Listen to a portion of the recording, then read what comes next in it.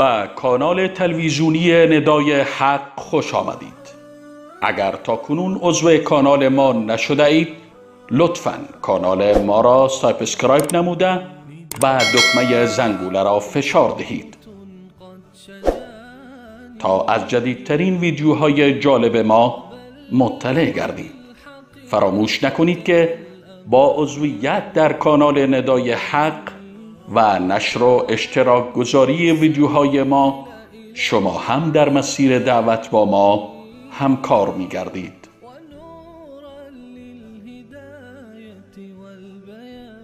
ندای حق، ندای توحید و حقیقت.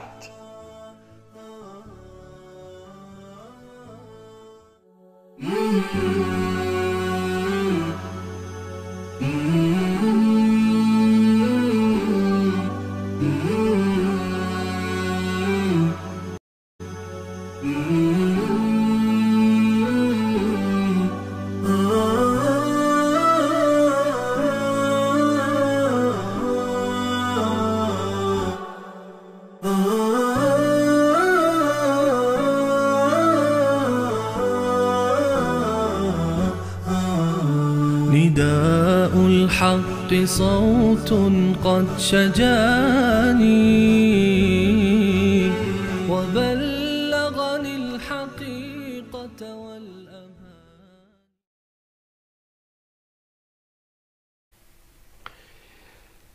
بسم الله الرحمن الرحيم.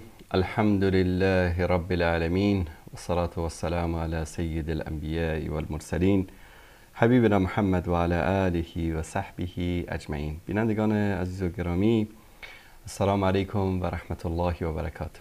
در خدمت شما عزیزان هستیم با قسمت دیگری از این برنامه تماس مستقیم با من و برنامه ویژه شما عزیزان که می توانید در این برنامه از همین لحظه به بعد دوستان عزیز می توانند تماس بگیرند و در رابطه با هر موضوعی که دوست دارن می توانند صحبت بکنن.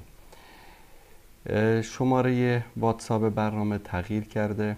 دوستانی که شماره قبلی ما رو داشتن دیگه با اون شماره با ما تماس نگیرن. شماره جدیدی به خاطر به اصطلاح نقل مکانی استودیو حالا این شماره رو دوستان تهیه کردن که بعد از این طریق می توانید با ما تماس بگیرید و در برنامه زنده و حتی پیام ها، سوالات، انتقادات رو میتونید از طریق این شماره مستقیما با ما در میان بگذارید. و همچنین دوستان میتوانند از طریق همین شماره مستقیم هم زنگ بزنن.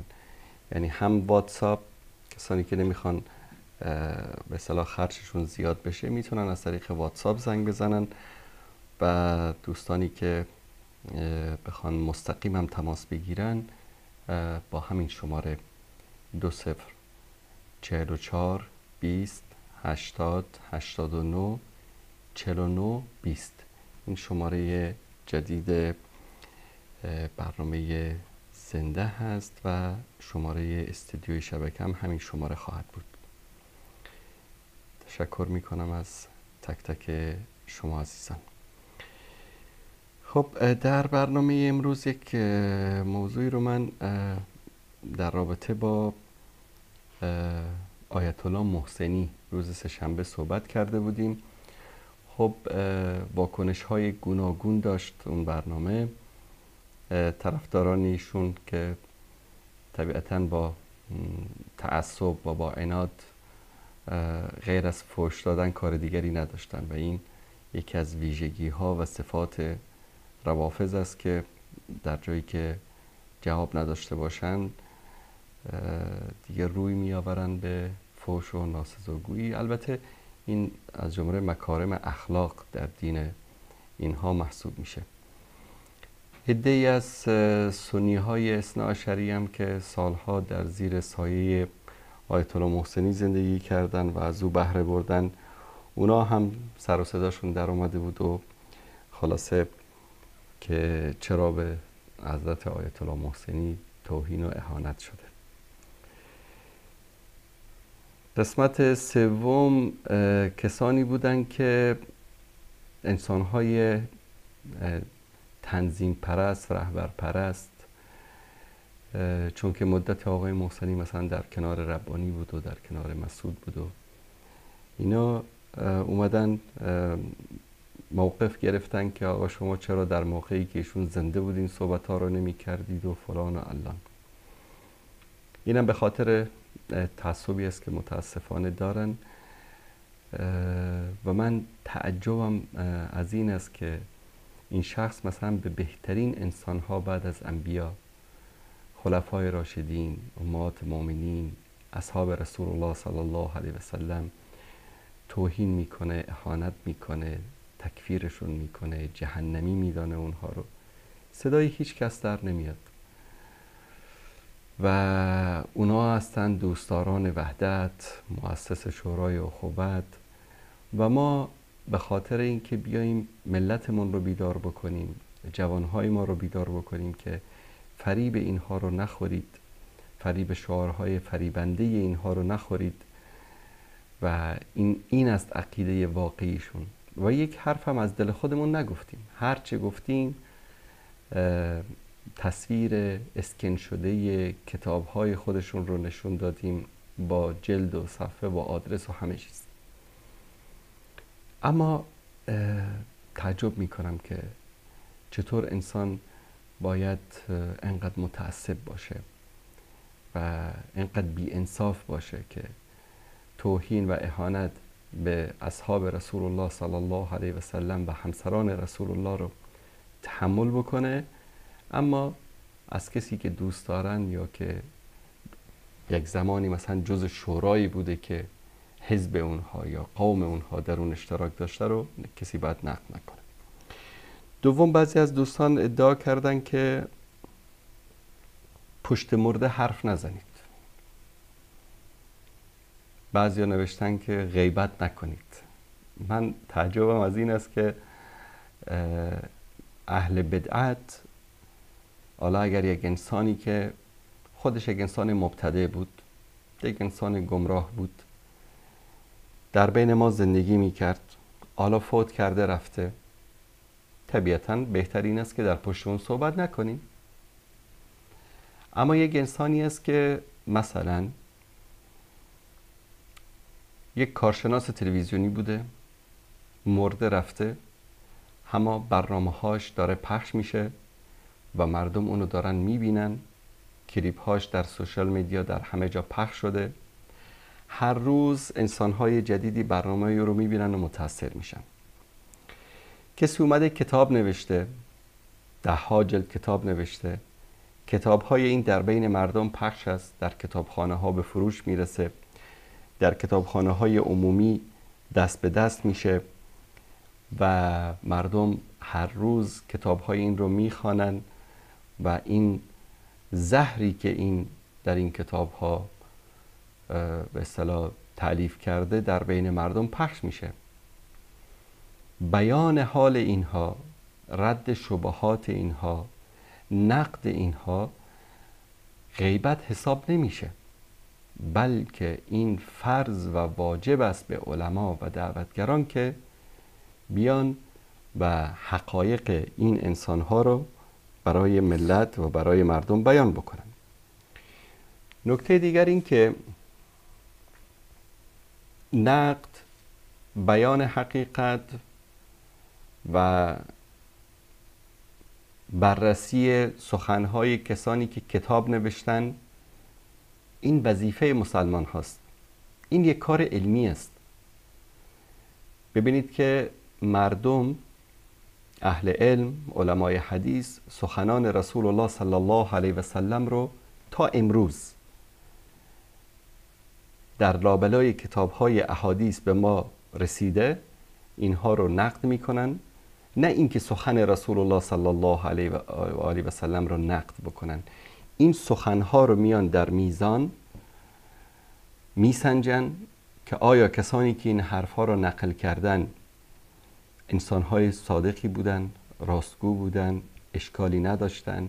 همه جوانب زندگی اونها رو بررسی میکنن که به این میگن علم رجال. مثلا طرف آدم متقی بوده، پرهیزگار بوده، مسلمان بوده، مؤمن بوده، همه ویژگی یک انسان خوب رو داشته، اما حافظش ضعیف بوده. به خاطر همین وقتی روایت‌های از این شخص رسیده، چقدر علما بررسی کردن، جستجو کردن، دنبال شواهد دیگری بودن و در کتاب رجال مثلا ببینید که عادل ثقة امام فاضل فلان فلان، ولکن نوشته در ادامه که ضعف به اصطلاح ذاکره داشته، یعنی بعضی سخنها رو به درستی حفظ نمی کرده، فراموشکار بوده. همه جوانب زندگی یک راوی رو بررسی می کنن، بعد میان متون روایت ها رو بر اساس قرآن و سنت صحیح میان اون رو بررسی می کنن. این کار رو در مورد سخنان رسول الله صلی الله علیه و سلم از 1400 سال تا امروز علما دارن انجام میدن، اما در یک چارچوب علم.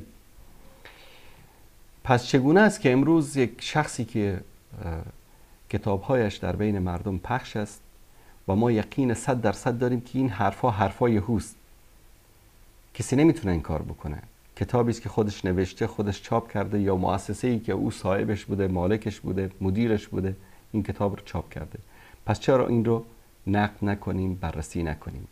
این متاسفانه مشکلی است که بعضی از مردم دارن و جالبم اینجاست که بعضی دوستان رو میبینید که چقدر انسان متقی، پرهیزگار، اما به خاطر یک گرایش حزبی قومی میاد با الفاظ خیلی تند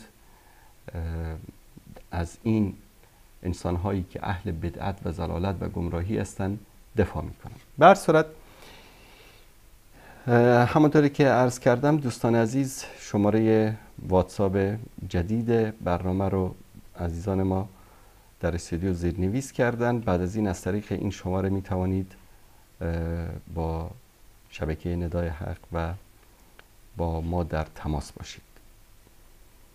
در برنامه امشب انشاءالله در ضمنی که به سوالات و پیام‌های شما عزیزان پاسخ میدیم، سری هم میزنیم به کتاب‌های آقای محسنی و یک قسمت دیگری از کتاب‌های ایشان را که توهین به ام المؤمنین عایشه صدیقه رضی الله تعالی عنها است رو بررسی میکنیم.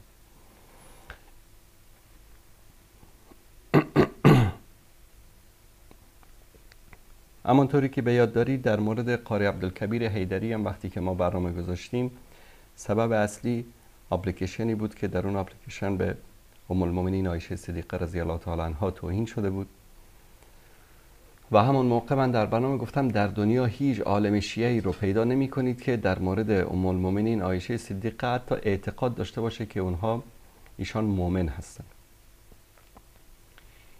به ایمان ام المؤمنین عایشه صدیقه رضی الله تعالی عنها اقرار کرده باشه و این صفت همه علمای شیعه است. چون یک عالم شیعی اگر بیاد حضرت عایشه رو تایید بکنه، یعنی اینکه امامت رو باید رد بکنه. چون یک مذهبی ساختن، یک روشی ساختن که دو را بیشتر نداری، یا قبول باید بکنی یا باید رد بکنی، برای سومی وجود ندارد.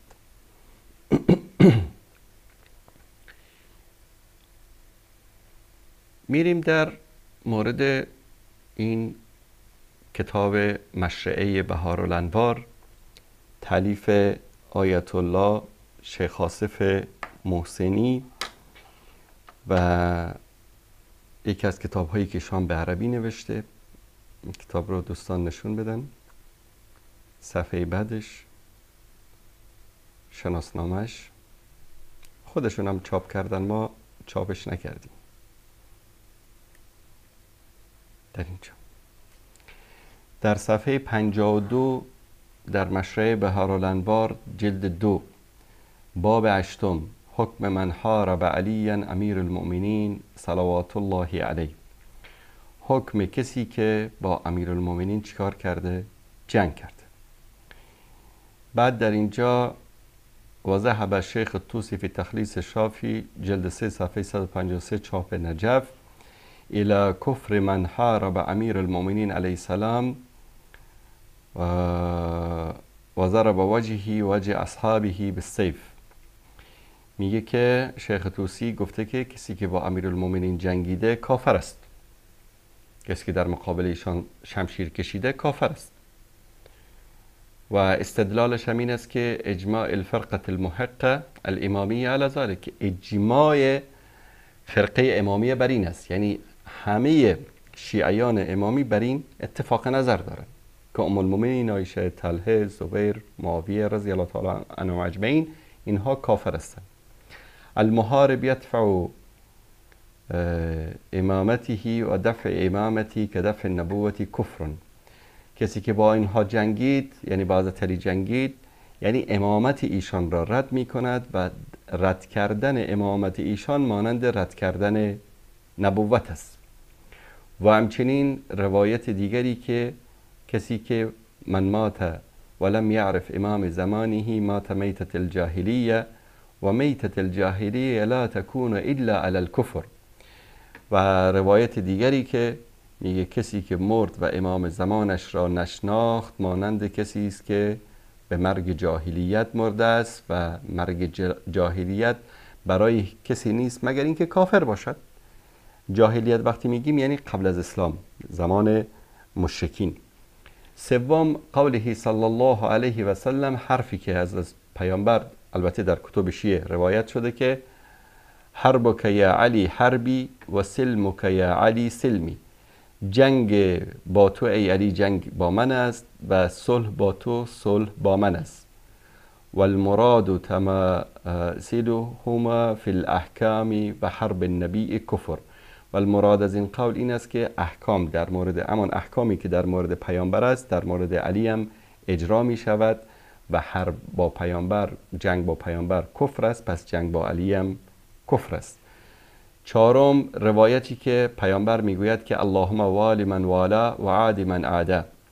این روایت رو به اهل سنت نسبت میدن که این قسمت این روایت دروغ است و در کتب اهل سنت نیامده و در بعضی از کتب تاریخی یا روایی هم آمده این قسمت رو تضعیف کردن، ساخته و پرداخته شیعه است، اما در کتب شیعه وجود دارد. و نحن نعلم انه لا یجب العداوة احد باطلاق الا عداوة الكفار.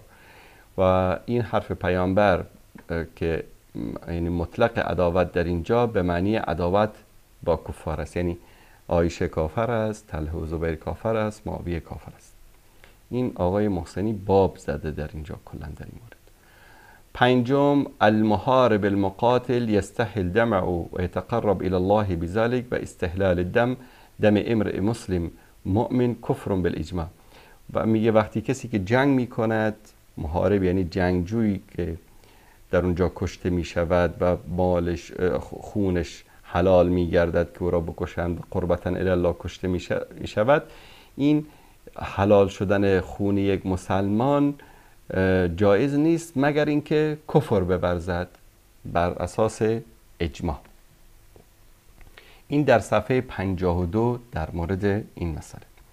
صفحه 53 هم ادامه همون مطلبی که در اونجا و هو اعظم من استحلال جرعة من الخمر الذي هو کفر بالاتفاق. اینجا هم این مطلب رو ذکر می کند. و قال المحقق الطوسی قده یعنی قدس الله سره، یا ما میگیم کشف الله سره فی تجریده و محاربو على کفره و مخالفو فسقه و لاحظ ما ذکره العلامه حوله من الاقول. اما زعماء الحرب الجمل والصفين فالظاهر انهم من المحاربين المفسدين. اقول این حرف خود آقای محسنی است، تا حالا نقل میکرد از این و اون، از این به بعد حرف خودش است. میگه که اقول اما زعماء الحرب الجمل والصفين، سران جمل و صفین یعنی طلحه و زبیر و عایشه و معاویه رضی الله تعالی عنهم اجمعین، فالظاهر انهم من المحاربین والمفسدین فإن خروجهم على الإمام أوجب قتل آلاف من المسلمين ولا ينكره إلا من سلب الله إنصافه و ضمیره. میگه که اینها کسانی که بودن با از سران جمل و صفین، اینا در ظاهر از جمله جنگجویانی بودن مفسد خارجی که بر امام خارج شدن، قیام کردن و سبب شدن که هزاران نفر از مسلمانان کشته شود و این رو کسی انکار نمیکنه مگر که کسی که خداوند انصاف و ضمیرش رو گرفته باشه. و انهم لیسوا من البغاة المصطلحین کما ذکرنا بحثه فی جزء الاول من کتابنا جهاد اسلامی. میگه اینها از جمله بغات نیستن.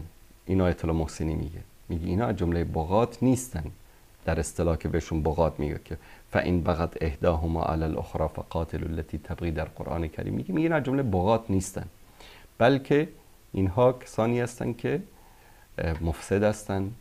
و خب این کمی میخواد ماسمالیزیشن بکنه که اون بقیه خب گفته بودن که کافر هستن و منافق هستن و فلان، اما این اومده چیز کرده. خب باقی که نباشه که دیگه پس چی هست؟ یعنی کافر است.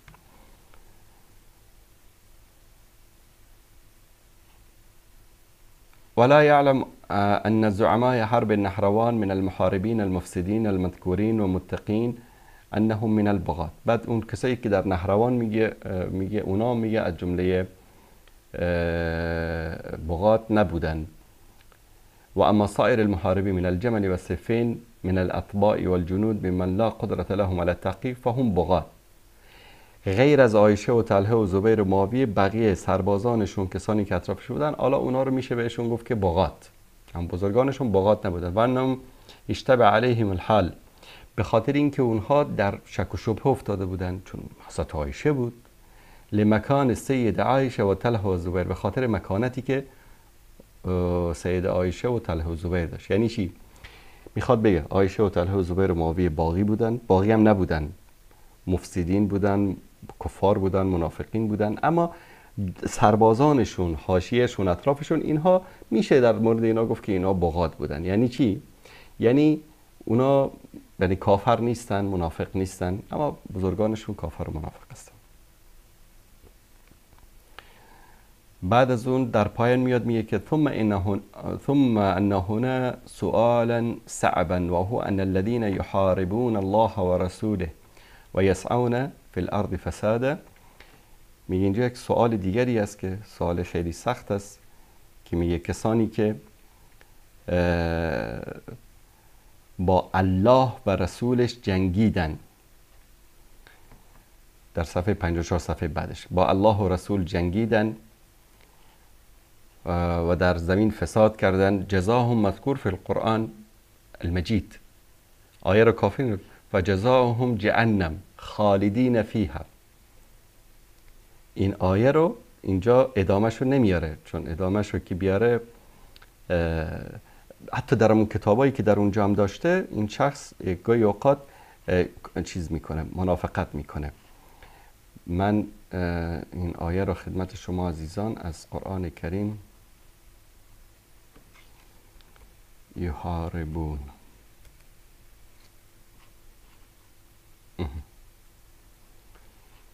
اینجا میگه که الله سبحانه و تعالی در سوره مائده 33 میگه انما جزاء الذين يحاربون الله ورسوله ويسعون في الارض فسادا ان يقتلوا او يسلبوا او تقطع ايديهم وارجلهم من خلاف او ينفوا من الارض ذلك لهم خزي في الدنيا ولهم في الاخره عذاب عظيم.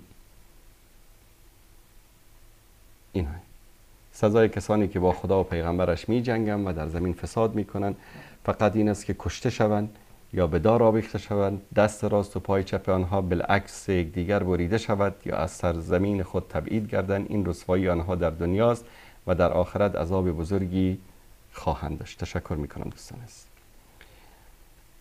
بعد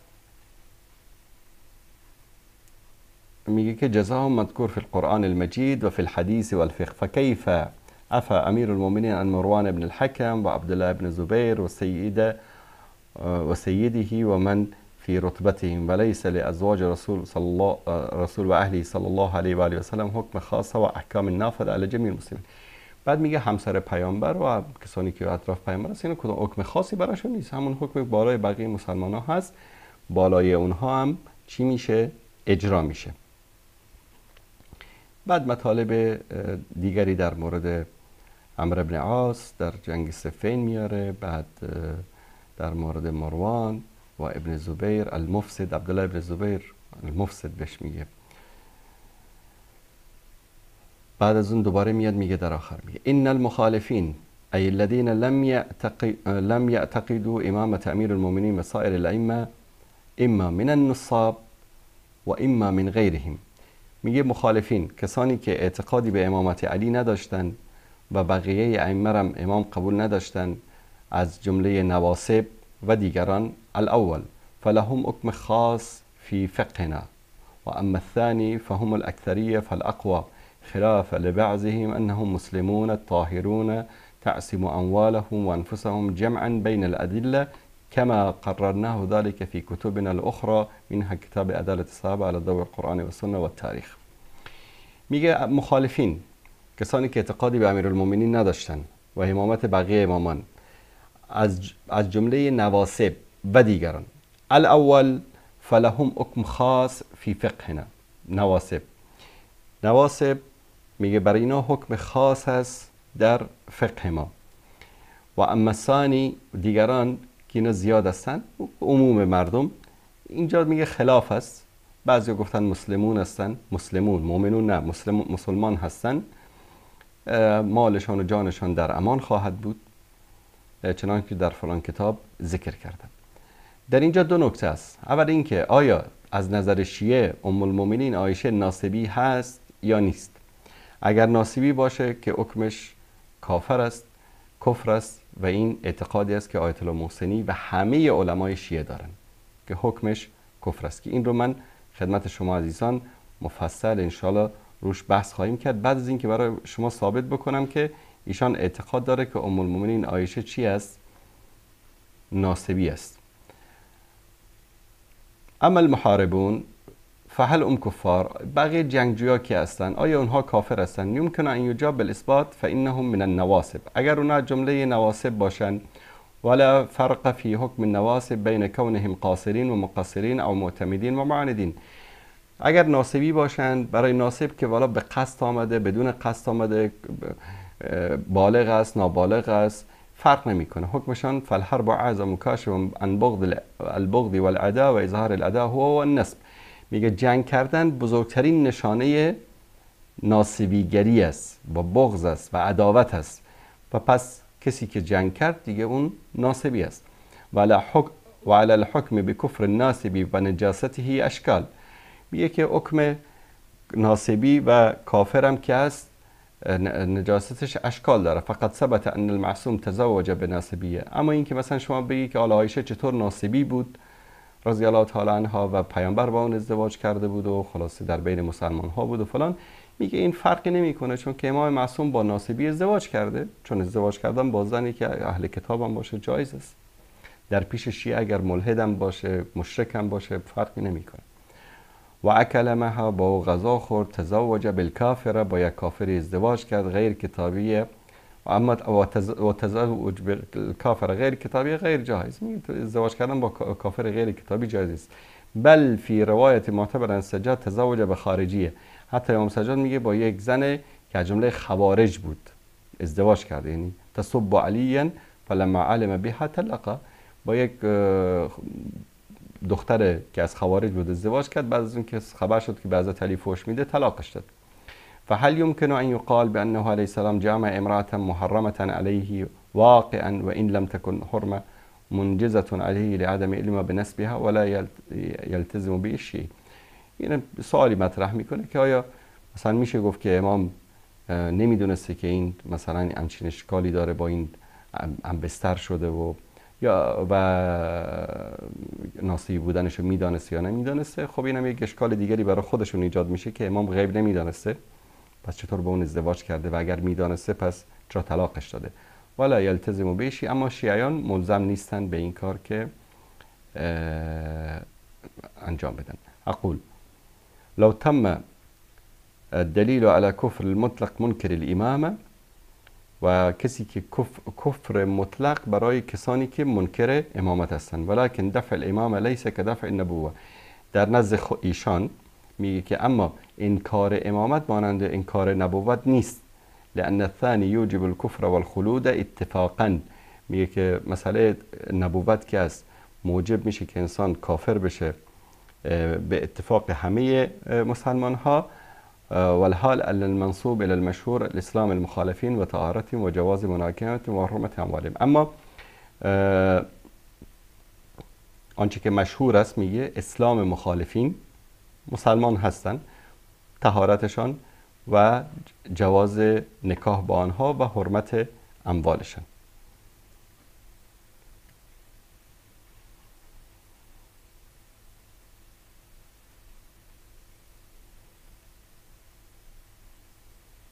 و اینجا هم دلیل میاره که در امیرالمومنین رد اموال المحاربی الجمل، این در جنگ جمل غنایمی که گرفته شد به اونها پس داد. و هذا علی القول بکفر محاربی الامام المنصوب من قبل الله تفضل من الامام.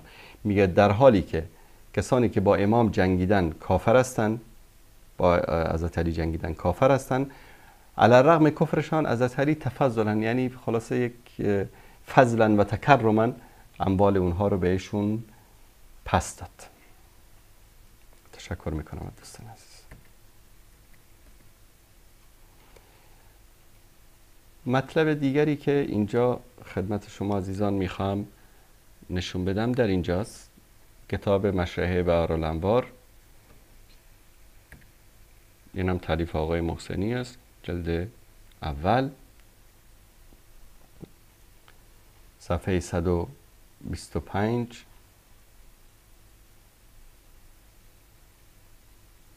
در مورد مسائل نکاح و این چیزا صحبت میکنه تا که اینجا میاد این صفحه.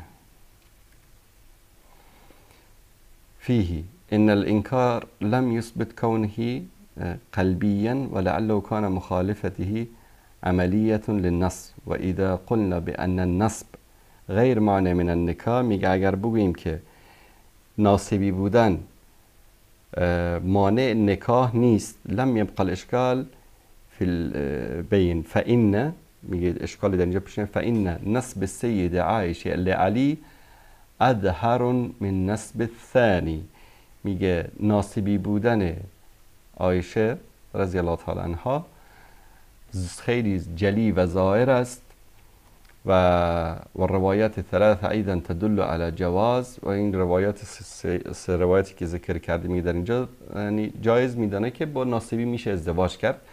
و على فرض عدم القول بهذا فقد ذكر المؤلف نفسه والاصل في الجواب هو ان ذلك وقع على سبيل التقیه والاضطرار. بعد در اینجا میگه که شاید هم به خاطر تقیه و اضطرار، یعنی مجبوریت این کار کرده باشن، ولا استبعاد فی ذلك، که این مسئله بعید نیست. فإن كثيرا من المحرمات، چون که خیلی از چیزایی که حرام هست تنقلب عند الضروره، در وقت ضرورت برمیگرده، و تصیر من الواجبات، بعضی اوقات هم میشه جمله واجبات. پس ام المؤمنین عایشه رضی الله تعالی عنها در نزد آقای محسنی از جمله نواصب است، از جمله کفار است که در اینجا این مطلب رو بیان میکنه. اما شبهاتی رو که در اینجا ذکر کرده بود که قتل به اصطلاح جنگ با امیرالمومنین، آیا این جنگ سبب کفر می شود، انسان را از دایره اسلام خارج می کند یا نه؟ به خاطر جواب این مطلب میریم به سراغ قرآن کریم، سوره حجرات آیه 5. الله سبحانه و تعالی در اینجا مسائلی رو بیان میکنه در مورد غیبت و بهتان و الی اینجا. چون ببینید گاهی اوقات به سبب غیبت، بهتان، اختلاف نظر، اختلاف رأی امکان داره جنگ بین مسلمان ها صورت بگیره. اولا دو نکته رو اینجا خدمت شما عزیزان میخوام بیان بکنم. ام المؤمنین عایشه صدیقه رضی الله تعالی عنها هیچ وقت با حضرت علی به خاطر اینکه خلافت او را، امامت او را، امامت مسلمین، نه امامت به معنی شیعه، امامت یعنی به معنی حاکم بودن مسلمانان را رد بکنه، جنگ نکرده. اصل هدف از خروج ام المؤمنین عایشه صدیقه رضی الله تعالی عنها آوردن صلح در بین کی بود؟ در بین گروه های مسلمان هایی که حضرت علی از یک طرف، بقیه از یک طرف سر قضیه خونخواهی حضرت عثمان به جنگ پرداخته بودن و ایشان به هدف آوردن صلح و فروکش کردن فتنه‌ای که تعدادی از اهل فساد و پیروان عبدالله ابن سبع یهودی به خاطر ایجاد جنگ در بین مسلمان ها ایجاد کرده بودند. حالا که قضیه چطور به جنگ کشیده شد، همون گروه فتنه انگیز که هم در لشکر حضرت علی بودن و هم در لشکر که به قیادت طلحه و زبیر و ام المؤمنین عایشه صدیقه رضی الله تعالی عنها اجمعین بود، نمیخواستن که این صلح صورت بگیره، بعد جنگ میشد. به خاطر همین تا لحظه آخر، تا همون شبی که اینها میخواستن فرداش بشینن مذاکره کنن مشکل رو با حضرت علی حل بکنن، اینا شبانه حمله کردن به دو طرف و دو لشکر به جان هم افتاد و چیزی که نباید میشد شد. حالا الله سبحانه و تعالی در قرآن کریم میگه که دو طایفه مومن وقتی که با هم دیگه به جنگن، در اینجا بیان میکنه و این طایفتانی، دوستان نشون بدن، و این طایفتانی من المؤمنین اقتتلوا، اگر دو گروه از مؤمنین با هم جنگیدن، پس دو گروه مؤمن میتونن با هم بجنگن، اینم مؤمن باشه اینم مؤمن باشه، بین یک چیز طبیعی است، انسان است، میجنگن. وظیفه بقیه مسلمان‌ها چی است؟ فاصلحوا بینهما، صلح بیارید در بین آنها. در جنگ صفین سیدنا علی رضی الله تعالی عنه صلح آوردن، سیدنا معاویه هم قبول کردن، ابو موسی اشعری و عمرو بن عاص حکم تعیین شدن. لشکر حضرت علی تعدادی بلند شدن گفتن لا حکم الا لله، و این علی هم کافر شدن، معاویه هم کافر. شیعیان علی رفتن خوارج شدن. فان بغت احداهما علی الاخرى، اما اگر که صلح قبول نشد و یکی بر دیگری حمله کرد، بغاوت کرد، فقاتل التي تبغي. ببینید بغاوت گاهی اوقات هم امام خلیفه میتونه باغی باشه و هم کسانی که در مقابل خلیفه و امام شورش کردن اونها میتوانند در شریعت حکم باغی رو بگیرن. شاید ترجمه بکنید چطور؟ بله، گاهی اوقات مثلا اپوزیسیون هست، مخالفین هست، مؤمن هستن، مسلمان هستن، بر علیه یک حکومتی که مؤمن است، مسلمان است، جنگ میکنن. شخص سوم میاد میگه که بیایید ما در بین شما صلح میاریم. در اینجا گروه شورشی به اصطلاح اپوزیسیون، مخالفین، اینها میگن اوکی ما قبول میکنیم، همه شروط صلح رو قبول میکنیم، میان سر میز مذاکره میشینن.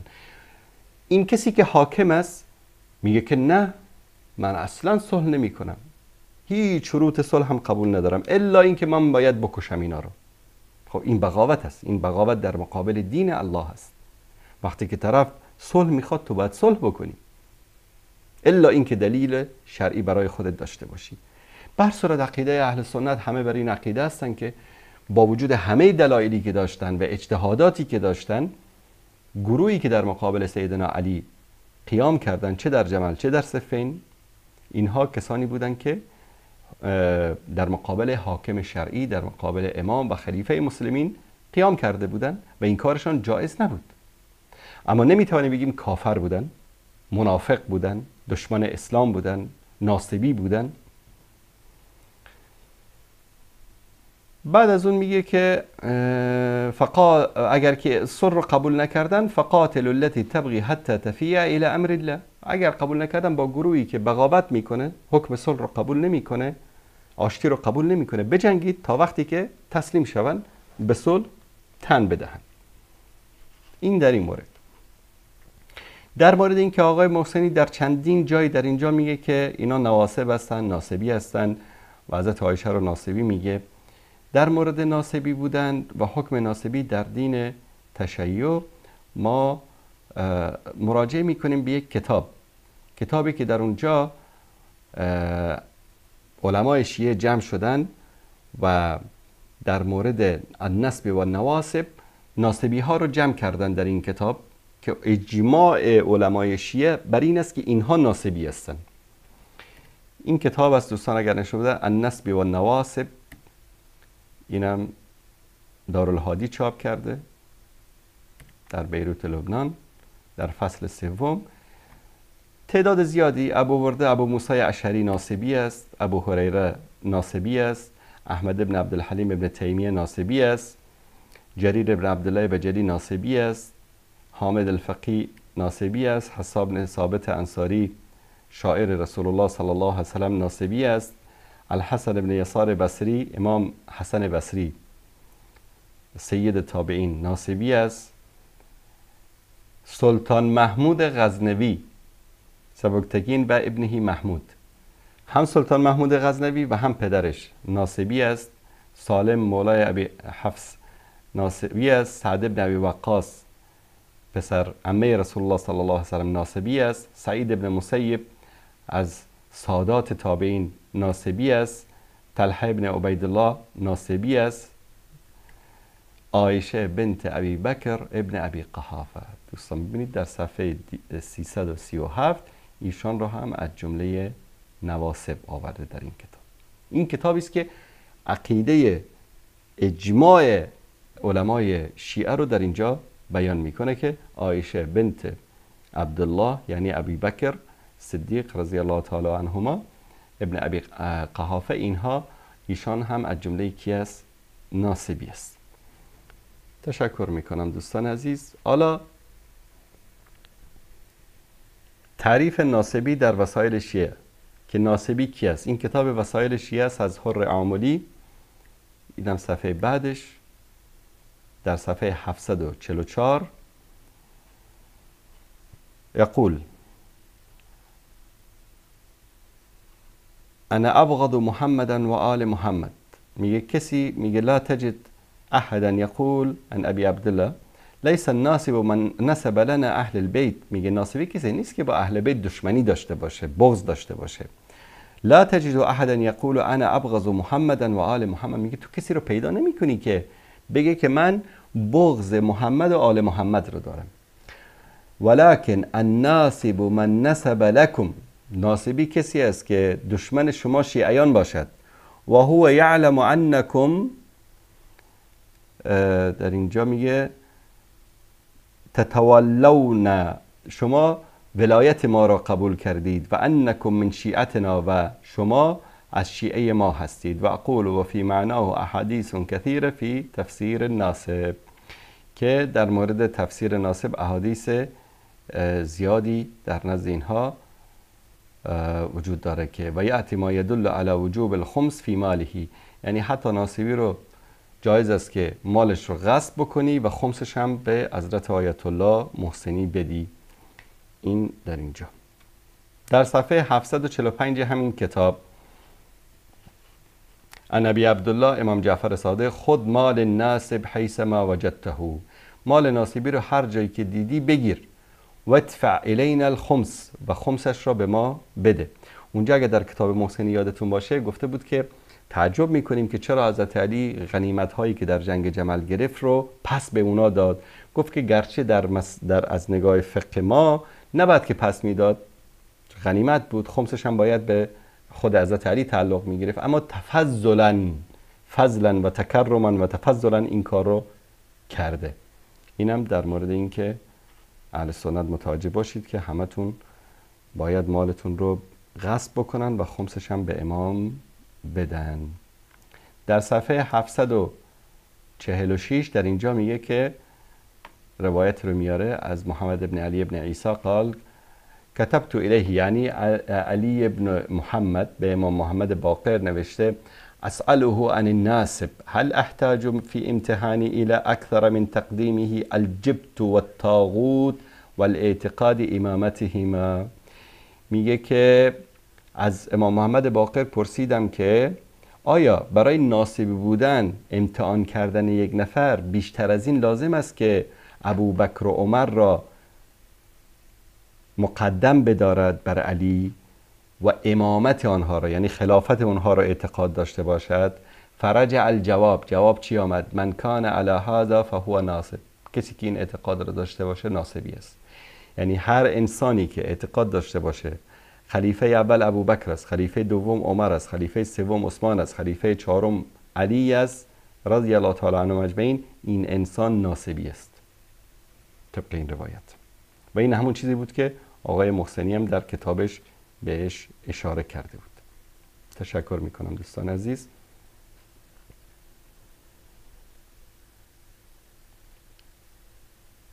در کتاب الانوار النعمانی سید نعمت الله جزاری جلد دوم در اینجا مطلبی رو میاره در صفحه 212.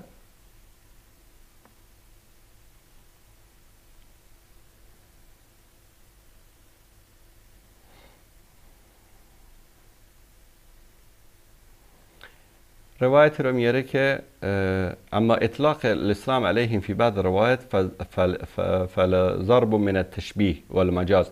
اما اگر بعضی از علمای شیعه میان به اهل سنت میگن که مسلمان، این یک تشبیه هست، مجازن میگن و التفاتا الی جانب تقیه، به خاطرش اختر تقیه کردن، التي هی مناط هذه الاحکام، که میگه این به خاطر به اصطلاح این احکام است. و فی روایت ان علی ابن یقطین و هو وزیر الرشید، هارون الرشید وزیری داشت به نام علی ابن یقطین که رافضی بود، قد اجتمع فی حبس جماعت من المخالفین، تعدادی از اهل سنت بیچاره اونجا زندان بودن، و کان من خواص الشیعه، از جمله شیعیان، فامر غلمانی و حدم السقف المحبس و علی المحبوسین، چیکار کرد؟ گفت برید این سقف زندان رو خراب بکنید سرشون. فماتوا و کلهم و کانوا 500 رجل، 500 نفر بودن تقریبا که همشون چی شدن؟ هلاک شدن.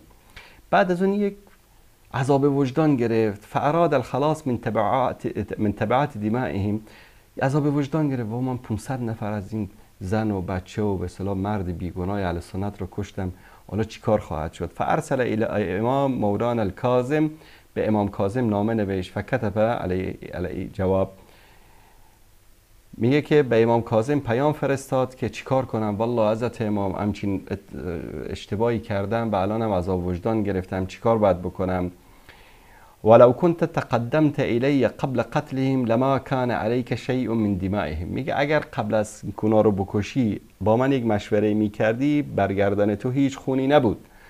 و حيث انك لم تتقدم الى فکر ان كل رجل قتلت منهم بتیس و تیس، میگه که اگر این کار میکردی دیگه لازم نبود که به خاطر هر کدوم از اینایی که کشتی یک گوسفندی رو تو چیکار بکنی؟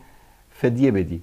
خیر منه فانظر الى هذه الدیه الجزیله، بعد خود نعمت الله جزیره فانظر الى هذه الدیه الجزیله، میگه ببین این دیه یک سنی رو چقدر کم است، لا تعادل دیه اخیهم الاصغر و هو کلب الصید، که به اندازه دیه برادر کوچکشان که سگ شکاری هم باشد، یعنی دیه سگ شکاری بیشتر از دیه یک سنی است در فقه شیعه. فان دیته 20 درهما، اگر شما سگ شکاری یک کسی رو بکشید باید 20 درهم شما باید چیکار بدید؟ به اصطلاح دیه بدید. اما اگر یک سنی رو کشتید یک گوسفند دیه میدید. این یک گوسفند 1 دینار است و یک سگ شکاری 20 دینار. میگه ببین که این دیه یک سنی از برادر کوچکش سگ هم کمتر است. ولا دیه اخیهم الاکبر و هو اليهودی او المجوسی فانها 300 درهم و حالهم فی الاخره اخص و انجس، و برادر بزرگ اینها یهودیا دیهشون 300 درهم است، اما دیه یک سنی 1 درهم است. میگه ببین حالت بدبختی اینها رو، و در آخرت وضعشون از این بدتر و ذلیل‌تر خواهند بود.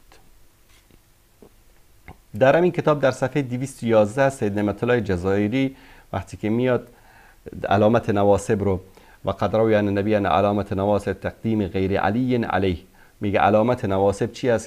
که غیر علی را بر علی برتری بدهند. و هذه الخاصة شامل لا خاصة و يمكن ارجاع الى آخری. بعد میگه و اوید هذا المعنى، میگه که این معنا رو که یعنی کسی که غیر علی را بر علی مقدم بدارد، یعنی بگه که ابوبکر و عمر و عثمان و علی، این انسان ناصبی است. و اوید هذا المعنى ان الائمه علیهم السلام و خواصهم اطلقوا لفظ الناصبی علی ابی حنیفه، میگه که این معنا رو تایید میکنه که ائمه ما و خواصشان لفظ ناصبی را بر ابو حنیفه هم اطلاق میکردن و امثاله، معنی ابو حنیفه لم یکن من نسب العداوه اهل البیت، میگه با اینکه ابو حنیفه که دشمنی با اهل بیت نداشت و همچین حرفی رو نمیزد، اما میگه که به خاطر اینکه غیر علی رو بر علی مقدم میدانست، ابو حنیفه و یارانش رو هم ائمه اهل بیت ائمه اهل بیت شیعه ایشان را هم ناصبی میدانست. بعد از امام صادق هم روایتی رو میاره در پایان صفحه: خود مال ناصب حیث ما وجدت، مال ناصبی رو هر جا پیدا کردی بگیر، و ابعث الینا بالخمس، و خمسش هم برای حضرت آیت الله بفرست. تشکر میکنم. این مسائلی بود که در مورد ناصبی و نواسب خدمت شما عزیزان بیان کردم تا متوجه شیطنت و حرفهای به اصطلاح زیرکانه آقای محسنی در اینجا بشوید.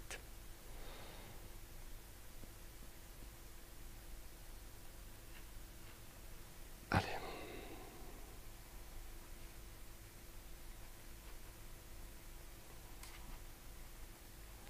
مطلب دیگری رو که اینجا خدمتتون میخوام نشون بدم کتاب صراط الحق است فی المعارف الاسلامیه و الاصول الاعتقادیه، تعریف آیت الله محسنی، که در مورد ام المؤمنین عایشه صدیقه رضی الله تعالی عنها در صفحه 96 این کتاب و این در مورد آیه تطهیر داره صحبت میکنه که انما یرید الله لیذهب عنکم رجس اهل البیت، و اینکه اهل سنت اعتقاد دارن که ام المؤمنین عایشه صدیقه رضی الله تعالی عنها هم جزء اهل بیت محسوب میشن و بقیه همسران رسول الله صلی الله علیه و سلم. این حرف رو داره رد میکنه در صفحه 96 جلد 3 کتاب صراط الحق. میگه که قد عرفت ان الاخلاق الذمیمه والارتکاب المحرمات ولو خطأ رجس. میگه فهمیدیم که اخلاق بد و کارهای حرام انجام دادن ولو به شکل خطا باشد رجس است. و کان بعض الزوجات على بغض شدید لامیر المؤمنین و اهله. میگه بعضی از همسران پیامبر بغض شدیدی به امیر المؤمنین و اهل ایشان داشتن. و ربما نشیر الى بعض موارد فيما بعد، ان شاء الله بعضی از موارد رو فيما بعد اشاره خواهیم کرد که منم ان شاء الله خدمت شما نشان خواهم داد. و قد بغت علی امام زمانها، بغاوت کرد بر علیه امام زمانش. و سببت قتل کثیر من المسلمین، سبب کشته شدن تعداد زیادی از مسلمانان شد. و فرض کونها مجتهدة مخطئه لا ینافی ان قیامها هذا و تسببها قتل المسلمین رجس. میگه آلا خودش فکر میکرد مجتهد است، آل اشتباه کرده، اما این دیگه مبرری نمیشه که ایشان سبب قتل مسلمین شده باشه و این کار رجس است. فکان بعد اخلاقها و افعالها رجسن، بعضی از اخلاق و افعالش رجس بود. رجس پلیدی جزء شرک است و شرک میدونید که دیگه انسان را از اسلام خارج میکنه. داره غیر مستقیم با بازی با کلمات این گونه شبه افکنی میکنه. فلا یصح دخولها فی خطاب الآیه، پس صحیح نیست که عایشه رضی الله عنها رو در خطاب این آیه داخل بکنین. صونا للقرآن المجید عن الکذب، که قرآن را از کذب دروغ ما حفظ کرده باشیم. فلا یصح دخول جمیع الزوجات لبطلان قول الفصل، به خاطر اینکه اینها دچار همین مشکلات بودن. و الله متعال میگه فإن الله عدد للمحسنات من کن اجرا عظیما الدال علی عدم حسن اعل جمیعین. این آیه میگه دلالت میکنه که همشون زنهای خوبی نبودن. الی آخری. تشکر میکنم از دوستان. بعد از اون در اینجا کتاب مشرعه بهارالانوار، تعریف آقای آیت الله محسنی، در صفحه 101 در اینجا بابی رو میاره که و جعل امر نسائی الی، میگه پیامبر بعد از خودش وصیت کرد اختیار زنهایش را به حضرت علی داد. بابی است که در کتاب بهارالانوار مجلسی هم وجود داره. میگه که و اما ما فی بعض الروایات من جعل طلاق نسائی بید علی فی مماته صلی الله علیه وسلم فهذا لم یثبت بدلیل معتبر.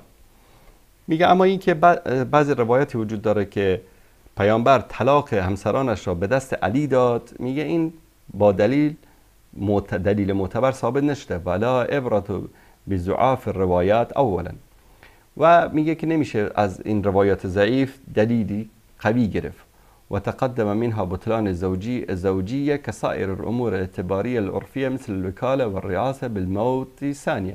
میگه بعد از اینکه طرف که از دنیا رفت دیگه اون اعتبارات همسری و چیز از بین میره، دیگه نیازی به این نیست که طرف کسی وکیل بگیره و طلاق بده. کاش که این عقل محسنی رو آخونده شیعه قبل از این میداشتن. و یؤکد ما فی الروایت غیر معتبر طلاقهن بوفاته. بعض روایت غیر معتبر هم میگه که طلاق همسران پیامبر با مرگ پیامبر است، یعنی پیامبر که از دنیا رفت خود به خود اینا طلاق شدن. ابن مولا عن معنی الطلاق الذي فوض رسولك حكمه الى امیر المؤمنین قال ان الله تبارک تعالی عظم شأن نساء النبی. خداوند شأن زنان پیامبر رو بالا برد، فخصهن به شرف الامهات، به اونها شرف امهات المؤمنین رو داد. فقال رسول الله یا ابا الحسن ان هذا شرف باق لهن ما دمن لله على الطاعه. ای ابو الحسن، ای علی، پیامبر انگار به علی میگه این شرف یعنی ام المؤمنین بودن در اونها هست مادامی که اطاعت الله رو بکنن. فاتیهن عصمت الله بعد بخروج علیک فتلق لها في الازواج و اسقطها من شرف الامومه المؤمنین. ای علی، اگر بعد از تو بر علیه تو خروج کردند، بر علیه تو قیام کردند، پس تو آنها را طلاق بده و این شرف ام المؤمنین بودن را از آنها چی کن؟ بگیر. این در این کتاب این مطلب رو آورده. در صفحه 102 همین مشرحه بهارالانوار در اینجا اقول هذه توجيه حسن لا إشكال عليه إن وجد دليل عليه إثباتا بل إسقاط شرف الأمومة المؤمنين صحيح. میگه که اینکه اسقاط شرف مادر مؤمنان بودن رو انجام بده کار درستی صحیح است. و این لم یوجد علیه دلیل و ای شرف لأم تفسد على المؤمنین دینهم و دنیاهم و تخالف ربها و زوجها رسول الله. ثانیاً میگه حالا اگر فرضاً که این روایت صحیح هم نباشد، چه شرفی برای ام المؤمنین وجود دارد که مؤمنین رو فاسد کرده، دینشان را، دنیایشان را، با پروردگارش مخالفت کرده و با رسول الله مخالفت کرده. این الله متعال این رو در قعر جهنم با ابو جهل و ابو لهب و فرعون و نمرود محشور بگردانه. آیت الله محسنی رو ببینید که در مورد ام المؤمنین عایشه صدیقه رضی الله تعالی عنها چی میگه. باز کسی نگید که نه این حرف آقای محسنی نیست، گفته اقول، اینجا میگه من میگویم. لعنت الله بر این رافضی باد. به هر صورت این مسائل دیگری هم هست در اینجا که از زبان این آیت الشیطان و المنافقین بیان شده است. یک مطلب هم اینجا در مشرع بهارالانوار دوستان عزیز اگر نشون بدن، در اینجا حدیث رو روایت میکنه که اون حدیث رو میگه که از عایشه رضی الله تعالی عنها روایت شده در مورد این که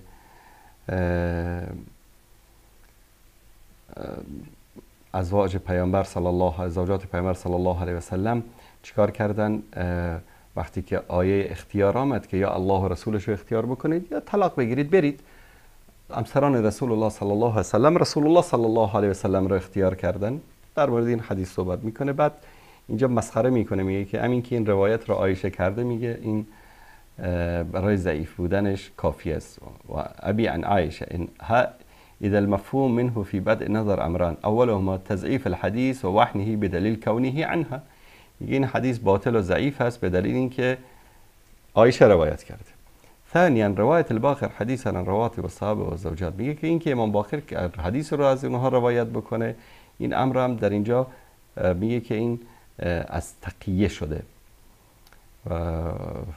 در اینجا روایت استانی غیر حجه اراده ساقه اعتماد یرفض. میگه که این کار رو میگه سلوک شیعه، یعنی این ببینید امام باقر روایتی رو از حضرت عایشه روایت میکنه، بعد آیت الله محسنی میگه به این اخلاق و روش شیعه نیست. سبحان الله، میگه این اخلاق و روش شیعه نیست. یعنی چی؟ شیعه بودن رو آیت الله محسنی و کلینی و مجلسی اینها به اصطلاح اومدن تفسیرش رو بیان میکنن و بر اساس تفسیری که اینها از شیعه بودن بیان میکنن باید امام محمد باقر و جعفر صادق خودشون رو آماده بکنن، عیار بکنن.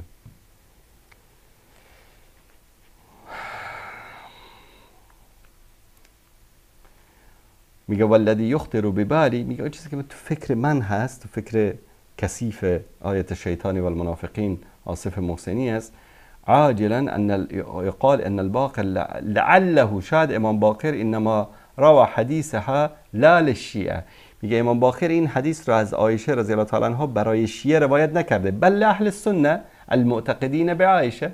میگه شاید این حدیث که از امام باقر روایت شده چون حدیث صحیح هست، رواتش صحیح است، نمیتونن انکارش بکنن. میگه شاید امام باقر این حدیث رو برای کسانی که معتقد به عایشه هستند که از اهل سنت باشن برای اونها چیز کرده باشه، روایت کرده باشه. او کان فی مجلسه، یا که در مجلس ایشان مع زرار و محمد ابن مسلم من یتقی منه فذکره تقیه والله اعلم.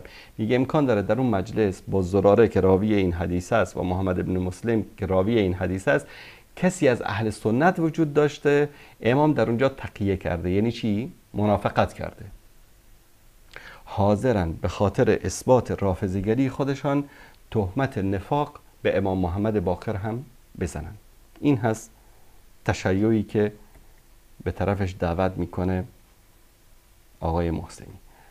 در اینجا در مورد احوال عایشه صفحه 393 مشرع بهار الانوار تعریف آیت الله محسنی میگه که ضرب الله مثلا الذين كفروا امرأة نوح و امرأة لوط كانتا، آیه 10 سوره تحریم، صریح فی کفر عایشه و حفصه، که این صریح هست در کفر عایشه و حفصه.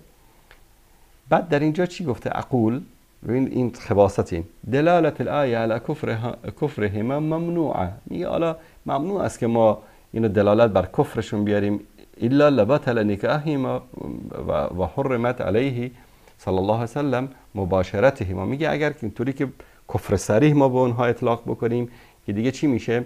نکاحشون باطل میشه و حرام میشن بر پیامبر صلی الله علیه وسلم. نعم الکفر فی الاسلام یبطل العقد دون شریعت نوح و شریعت ابراهیم فلا بد من قولی به اسلام.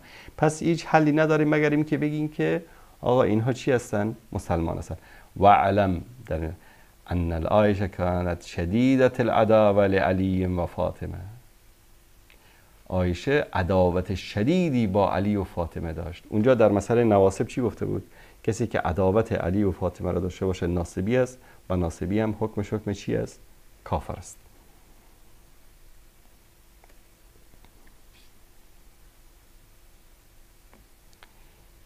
در صفحه 394 در مشرع بهار جلد 1 میگه که تغیرت و علم ان السیده عایشه کانت فصیحه فتنه و کان زوجها یحبها لشباب و تغیرت اخلاقها. میگه حضرت عایشه که بود فصیح بود، زیبا بود، جوان بود، اما اخلاقش تغییر کرده بود، چون که در خانه به اصطلاح چیز داشت، پیامبر همسران دیگری هم داشت. و بعد یک سری تمجیدی به یک شکلی میگه شجاع بود و قوت قلب داشت و فلان داشت و که بعضی از زنها میگه در این زمان نداشتن که ایشان داشت. بعد از اون میگه ولما سمعت به قتل عثمان و خلافت من هو اسوه عندها عثمان بدلت سلوکها و نظرها و عطافها من دون حیا. بعد از اینکه به قتل عثمان به قتل رسید، میگه خلافت به حضرت علی رسید، بعد از اون اخلاقش عوض شد، بی حیا شد و فاصبحت من حمات عثمان، بعد شروع کرد به طرفداری از عثمان و خونخواهی عثمان الی آخری. این در اینجا.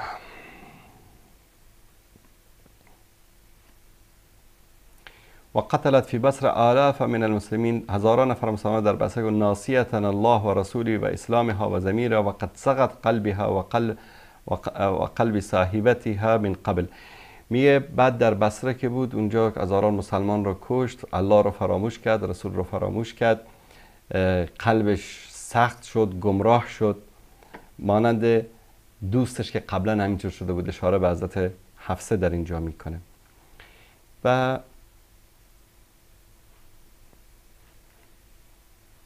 اینجا صفحه بعد در صفحه 389 میاد میگه که ثم صلی الله علیه و سلم تزوج بعایشه و هی شابه باکره جمیله یحب رسول. میگه پیامبر در حالتی ازدواج کرد که عایشه جوان بود، باکره بود، زیبا بود، او را دوست داشت رغم سوء خلقها، میگه با این که بد اخلاق بود. یعنی شما بینندگان عزیز تصور بکنید رسول الله صلی الله علیه و سلم میفرمایند که من برای انما بعثت لاتمم مکارم الاخلاق، من برای اینکه مکارم اخلاق به پای تکمیل برسد مبعوث شده هم. بعد رسول الله صلی الله علیه و آله و سلم با کسی ازدواج میکند که بد اخلاق است. چطور امکان دارد یک نفری برای مردم تبلیغ اخلاق رو بکند، تبلیغ خوش اخلاقی رو بکند، تبلیغ بکند که بیایید اخلاق خوب داشته باشید، کردار خوب داشته باشید، و بعد همسرش بد اخلاق بود. ببینید نمونه های زیادی، شاید به صدها صفحه از کتاب های آیت الله محسنی در توهین و اهانت به رسول الله صلی الله علیه و آله و سلم و به همسر پاک ایشان وجود دارد، اما به همین اندازه اکتفا میکنیم و از این به بعد تماس های شما عزیزان رو خواهیم داشت. و مطلب دیگری هم که تا برقراری تماس شما عزیزان نشون میدم در کتاب مشرعه بهارالانوار هست، تا بدانید که آیت الله محسنی چه انسانی است. اینجا در مورد چی داره صحبت میکنه؟ میدونید که مشرعه بهارالانوار شرح کتاب به اصطلاح بهارالانوار مجلسی است. در این کتاب یک بابی داره در توهین و اهانت و فحش دادن و ثواب لعن کردن به صحابه و ابوبکر و عمر و عثمان و عایشه و حفصه رضی الله تعالی عنهم اجمعین، و خیلی از حقایق مذهب شیعه رو در کتاب بهارالانوار بیان کرده. بعد آیت الله محسنی در صفحه 167 اومده ایراد گرفته به مجلسی، گفته تو چرا این کارو کردی؟ تو باید همون تقیه می کردی، اینها رو پنهان می کردی، آشکار نمی کردی. این ضرر داره برای ما شیعیان. ما شیعیان باید همیشه در نفاق و در دروغگویی و در تقیه زندگی بکنیم. تو که اینا رو آوردی، واضح کردی، آشکار کردی، خب شیعیان ضرر می کنن. و این پروژه‌ای که داریم که فریب بدیم اهل سنت رو، این رو تو چرا اومدی آشکار کردی؟ این مطلب رو در صفحه 167 همین کتابش بیان میکنه. دوستان عزیز نشون بدن. لم يمسك المؤلف قلمه عن السب والتفسيق والتكفير والطعن في جملة من اجزاء بحاره بالنسبة الى قادة المخالفين. میگه مؤلف جلوی قلمش رو نگرفته، فحش داده، به اصطلاح تهمت فسق و تکفیر و طعن و لعن داده در کتاب بهارش به رهبران مخالفین، یعنی به کسانی که اهل سنت به اونا احترام دارن. والله یعلم انها کم اضرت بالطائفه نفسا و ارضا و مالا. و الله شاهد است که این کار مجلسی چقدر ضرر زده هست به شیعیان، به نفسشان و مالشان و ارزشان. على انه هو الذي نقل الروايات الداله على وجوب التقیه و حرمت افشاء الاسرار، در حالی که او خودش علامه مجلسی نقل کرده بود روایت هایی که واجب می کند تقیه را، یعنی تقیه کردن واجب است و حرام است که اسرار مذهب رو افشا بکنیم. و اصر على تصریح بمرجع ضمائر تثنیه فی روایات مع ان العوام المؤمنین یعرفونه فضلا عن خواصهم. بعد میگه در بعضی جا اومده کافی بود که همون میگه که فلان و علان میگفت، اولی و دومی میگفت، کافی بود، چون این رو عوام المؤمنین یعنی عوام شیعه میدانن. میگه برای یک شیعه که گفتی اولی و دومی، میدونه که معنیش ابوبکر و عمر است. فلان و فلانه که گفتی میفهمه که منظورش عایشه و حفصه است، دیگه لازم نبود که صراحتا اسم اونها رو بیان بکنی. فضلا عن خواص، میگه خواص که میدانستن، اما عوام هم میدانن، عوام شیعه هم میدانن. فأي فائدة في عادة تفسير سواء اشعال نار الغضب والغیظ والانتقام. چه فایده داره این تفسیر این مسائل رو بیان کردن؟ داره مخاطبش مجلسی است و علی ابن ابراهیم قمی. چه فایده دارد که شما اومدید این مسائل رو بیان کردید و این سبب میشه که کینه و انتقام و غضب اهل سنت رو به اصطلاح برانگیختید. ولا اظنه رحمه الله قادرا علی بیان جواب معقولا سلوکی. و من یقین دارم که بهار الانوار صاحبش نمیتونه یک جواب معقول در مورد این کاری که انجام داده داشته باشد. بله سلام علیکم، بفرمایید. سلام استاد بزرگوار، خسته نباشین، وقتتون بخیر. سلامت باشید برادر عزیز. استاد بزرگوار، شما هویت این کفار صفوی رافضی خوب به درستی افشا میکنید. خداوند رفتگانتون رو بیامرزه، خداوند بر عمرتون افزاید، خداوند برکات بیکران خود را شامل حالتون بگردانه. سلامت باشید برادر عزیز. استاد بزرگوار، این جنایتکاران که اون آشام صفوی رافضی میگویند اگر یکی میخواین خراب کنه و با اون دشمنی کاملا آشکار داشته باشید و اون را بتوانید ریشه اون را بخشکانید، به ناموس و شخص تهمت و دشنام درست کنید و اون را پخش کنید بین مخلوق، بین مردم. و این کفار کمونست صفوی رافضی این کار کردن و میکنن. و اون مجلسی خوک خبیث، اون دجال خوناشان 110 جلد چرند و پرند و مزخرفاتی که نوشته، اون بیدین خوناشان، اون 70 چیزی کم 70 یا 72 سال اون بیدین ملحد عمر کرده است. و اون جنایتکار به تنهی هرگز از عهده 110 جلد کتاب اگر حساب کنه که اون دجال از سن مثلا 25 یا 30 سالگی شروع به این مزخرفات کرده، به هیچ وجه، به هیچ عنوان اون نمیتوانسته به تنهی 110 جلد مزخرف و کفر و شرک و چرند و پرند بنویسه.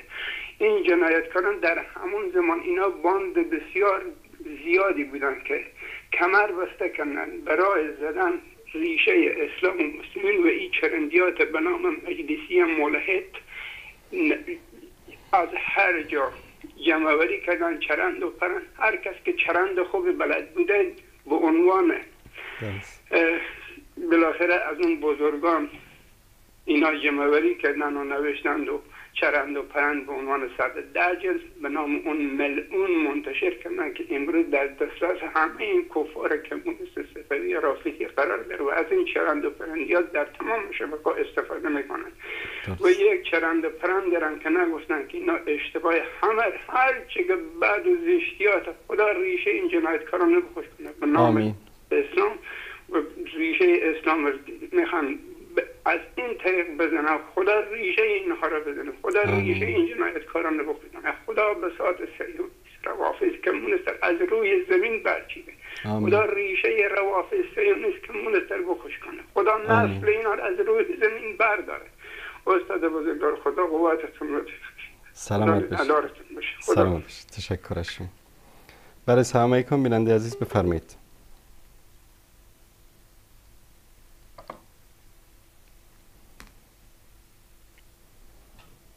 بیننده گرامی سلام علیکم، بفرمایید. دوست عزیزمون از طریق واتساپ مثل که تماسشون مشکلی داشت. بله سلام علیکم. بله بفرمایید بیننده گرامی. بله بفرمایید. بله السلام علیکم و رحمت الله و برکاته استاد عزیز. علیکم السلام و رحمت الله و برکاته. بیننده شریف و نجیب شما در سرتاسر جهان تقدیم می‌دارم استاد عزیز. بازم جزاکم الله خیر از این زحماتی که میکشین، از این تکلیفی که میکشین، از این روشنگری که میکنین. الله متعال به شما اجر دارای نصیب بگردانه و روزای مبارک. سلامت باشید. که صباح ان شاء الله تعالی عرفه است. الله متعال شما را نگه دشمنای شما را، کسانی که در صدر رای شما، در زدن شما، در تهمت بالا شما سر هر استادایی که در توحید و دعوت در توحید و قرآن و سنت هستند، الله متعال وار و دشمنا را اول هدایت بده، اگر قابل هدایت نیست نابودش بگردانه. دیگه آمدیم در قسمت ازی که واقعا این شیخ محسنی رواس بسیار یک تقیانگر حتی از اهل سنت از خیشا و خوامان ها می رفتن در مجالس از اشتراک میکردن و می گفتن که یک عالم بسیار بزرگوار، یک عالم نامی و عالم، در حالی که تقیه میکرد. آنها میبینید صاحبان کتابایش بازم جزاکم الله خیر معرفی کردین. مردم افغانستان، ملت مسلمان افغانستان، اهل سنت افغانستان بیدار شوین از این مذهب گرایی برین. ما حنفی استم و ما نمیفهم که شافعی است و جعفری است، هیچ یک دین است، یک دین شیعه یک دین است. هیچ استاد آن بهتر معلوم است در کلاب‌هایش بسیار توضیحات و بسیار کلاب‌ها دارند در این باره که شیعه یک دین است، مذهب نیست. ما 4 مذهب بر حق داریم ولی شیعه اخراج از دین مقدس اسلام است که به هیچ چیز ما با هر چیز ما این مخالفت داره. با کعبه یا مخالفت دارند، با نکاح یا مخالفت دارند، با انبیاء علیه السلام یا مخالفت دارند، یا استمرار امامت بالاتر از نبوت میدانند. آنها با استاد محترم بهتر معلوم است که تشریح توضیح میشه دادن. در 20 سال است که توضیح میدن، تشریح میدن. ولی آمدیم که برنامه مشهور کابلی کسی است، یک رافضی، ما فکر میکنم یا عراقی است یا ایرانی، و این شخص دیروز در برنامه به نام درابی یک شیعه تقیه‌گر است و هر اهل سنت اونجا میبره و دیروز میگه که اکثریت شیعه ها اکثریت در افغانستان هستند، سر ناموسشان تجاوز میشه، دولت طالبان یا را از بین میبره یا را تکیه خانه هایشان بسته کرده، آسنگی هایشان بسته کرده. و یک منافق رافضی شیطان که میگه میخوای ما توقع داریم، توجه داریم، چیز استعداد داریم، درخواست داریم که سپاه پاسداران بیاد در افغانستان مداخله کنند. به این اندازه این خباثت دارن این شیعه، به این اندازه این اهل سنت در خواب غفلت غرق هستند. طالبان باید بیدار شوند، به هر چه تکیه خانه، هر چه شرخانه دارن یا را باید تصفیه کنند، بسیجشان کنند. و این میگه که باید سپاه پاسداران مشکور کابلی استاد عزیز. این شاید بشناسی یا نشناسی، یکی از طرفدارای بغاوتگرا در ایران است و یک شخص مجهول هویت است، یا عراقی است یا ایرانی است، هم برای افغانی هم نیست. و این میگه که سپاه پاسداران هر چه زودتر باید مداخله کنه در افغانستان. شیعه در خطر است، ناموسشان در خطر است، جای دین و مذهبشان در خطر است. من اینو میخواستم از نظر از اندیشه شما استاد مبارک که یک توضیح تشریح بدین که این مشکور کابلی آیا چی میخواد در افغانستان که باز جنگ و به نام شیعه و سنی بخواه که خدا ناخواسته جا امریکا و خارجی و اروپایی ها را بیارن و خود ایران هم مداخله کنه. و بمی امید و بمی توقع هستند که خدا ناخواسته که ایران افغانستان هم مربوط ایران شد مثل عراق و سوریه و یمن بسازش.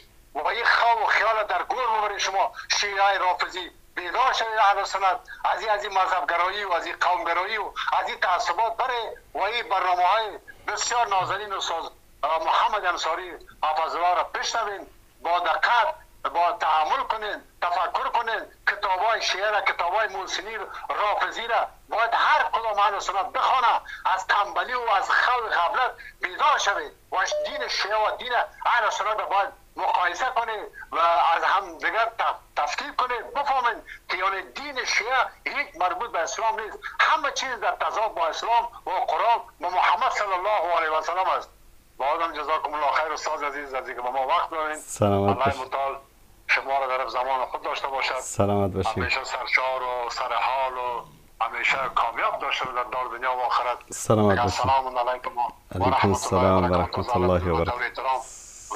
سلامت باشید. الله متعال احسان کنه. الله متعال شما را دوست بداره. تشکر برادر عزیز. تشکر برادر. نکته را برادر عزیز اشاره کردن که من کلیپ هاش رو جمع کرده بودم که میخواستم در یک برنامه خاص در این مورد صحبت بکنم. بعضی اوقات بعضی از دوستان میان چی میگن؟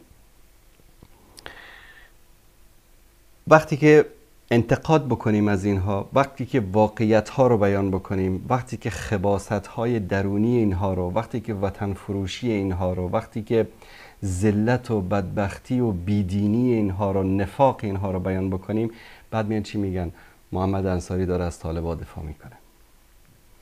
امروز کسانی که در این جبهه مقاومت هستن، از احمد مسعود که در رأس این هاست الی آخری، یک مشت انسان‌های وطن فروش، یک مشت انسان‌های بیدین، یک مشت انسان‌های مال پرست، منصب پرست، یک مشت انسانهای متعصب، یک مشت انسانهایی که حاضرن وطنشان را به هر کس و ناکسی بفروشن، حاضرن ناموسشان را در اختیار هر کسی که به اینها قدرت بده، منصب بده، قرار بده. از احمد مسعودش گرفته الی آخرش، اینا در پی آزادی افغانستان، در پی آرامی افغانستان، در پی اینکه در افغانستان یک صلحی، در افغانستان یک آرامشی، در افغانستان یک حکومت مستقلی آزادی ایجاد شود نیستن. اگر بودند چرا در سایه از مفتیشان مولای حسام گرفته تا سیافوف مفتی ناتو تا رهبران سیاسی نظامیشان در سایه 40 کشور کفری زیر فرماندهی آمریکا در افغانستان صدای اینها در نمی آمد. دست همهشان در یک کاسه بود، در قتل، در دزدی، و امروز قصرهایشان، خانه‌هایشان، تجارت‌هایشان در خارج افغانستان بهترین دلیل است.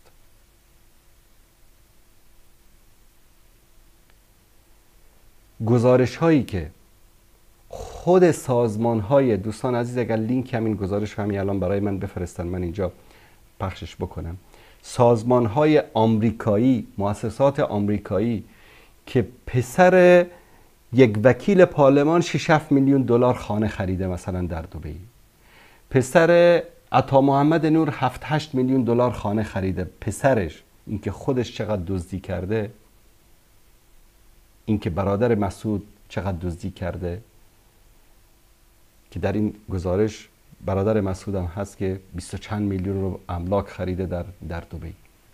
تک تک اینها وطن فروشن، اینها ناموس فروشن، اینها دین فروشن.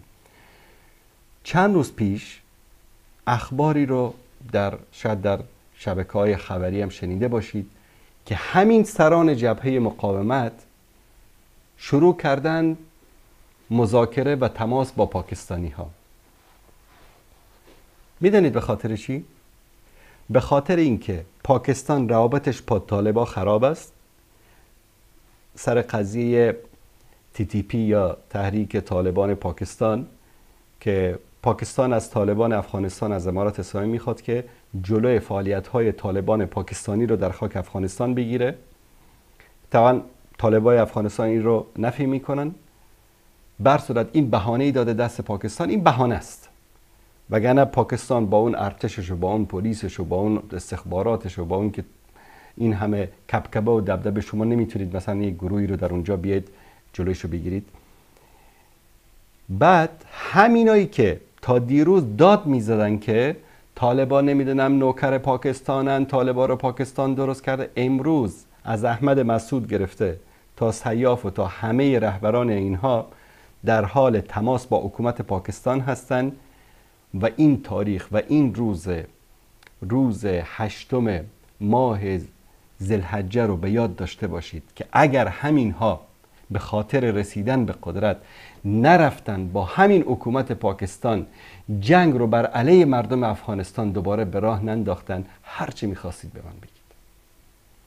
یک روزی در سال 2012 بود، 13 بود، در برنامه آن روی سکه گفتم روزی خواهد شد که همین عطا محمد نور، همین رهبرانی که امروز داد از وطن خواهی و وطن پرستی و قوم و فلان و اسلام و جهاد و اینها میزنن، این ملت بیچاره رو تنها رها میکنن و میرن در قصرهایشان در خارج زندگی میکردن. بعضی از دوستان گفتن تو خیلی تند گفتی، امکان نداره که عطا محمد نور و احمد مسعود و احمد ولی مسعود و سیاف و اسماعیل خان و اینها از افغانستان برن و مردم رو تنها بگذارن. دیدید که شد یا نشد؟ گفتم روزی خواهد رسید که یک وجب خاک در افغانستان که روش وایستید برای خودتون پیدا نخواهید کرد. امروز آمد یا نیامد؟ الانم رفتن در دامن آیسای پاکستان و الان میخوان با کمک حکومت پاکستان بر علیه دولت افغانستان یا مردم افغانستان بجنگن، باز دوباره همون سناریو رو دوباره تکرار بکنن. در شبی که کابل به دست طالبان سقوط کرد، چند روز قبل مگر همین قانونی و همین سران که فعلا در جبهه بغاوت هستن، همینا مگر پاکستان نرفتن؟ مگر اینها در پاکستان نبودن که کابل به دست طالبان افتاد؟ ای ناز، ای مردم افغانستان، اینها وطن فروشن، دین فروشن، عزت ندارن، شرف ندارن، غیرت ندارن، مردانگی ندارن. فقط هم و غمشان از این مقاومت و از این جنگ چی است که همون قصرها، همون دزدیها، همون زمینها، همون آرگا بارگاهی که در افغانستان به جا گذاشتن رو دوباره به دست بیارن، دوباره همون ظلم و ستم ها، دوباره همون ماشین ها، دوباره همون با سرعت 100-180 از خیابان های کابل راه ها رو ببندن و رد بشن و خیابان ها رو ببندن و برای خودشان قصر و حفاظت و امنیت خودشان رو بگیرن. دوباره میخوان به همون حالت برگردن. اینا در فکر ملت نیستن. حالا ببینید که اینها اگر در آغوش پاکستان سقوط نکردن، اگر اینها آلت دست همونطوری که بودن، والله امین عطا محمد نور رو من بارها گفتم، من شاهد بودم که در پاکستان در خدمت آیسای پاکستان بود در وقت جهاد، در وقت جهاد با روس‌ها. کیست که دفتر اینها رو در افغان کالونی در پشاور نمیدانست؟ رفت آمدا و ملاقات هایشان را. امروز ببینید در دامن پاکستان افتادن. و این مشکور کابلی، این رو ببینید دوستان عزیز، این احمد مسعود است در یکی از مصاحبه ها در اروپا. این شخصی که در این گوشه میبینید این مشکور کابلی است، آخوند رافضی. مربوط احمد مسعود نیست که ما برون با طالب مسئله مردم حل شد. مردم مبارزه حق خودم میخواین، عدالت میخواین، آزادی میخواین و رفتن ما با طالب به معنی آزادی و عدالت نیست. جدا از این نمیشه تمثال افغانستان کوچک است. من یک سوال دارم، او ملت قهرمان، شما میخواید با طالب یک جا شوید؟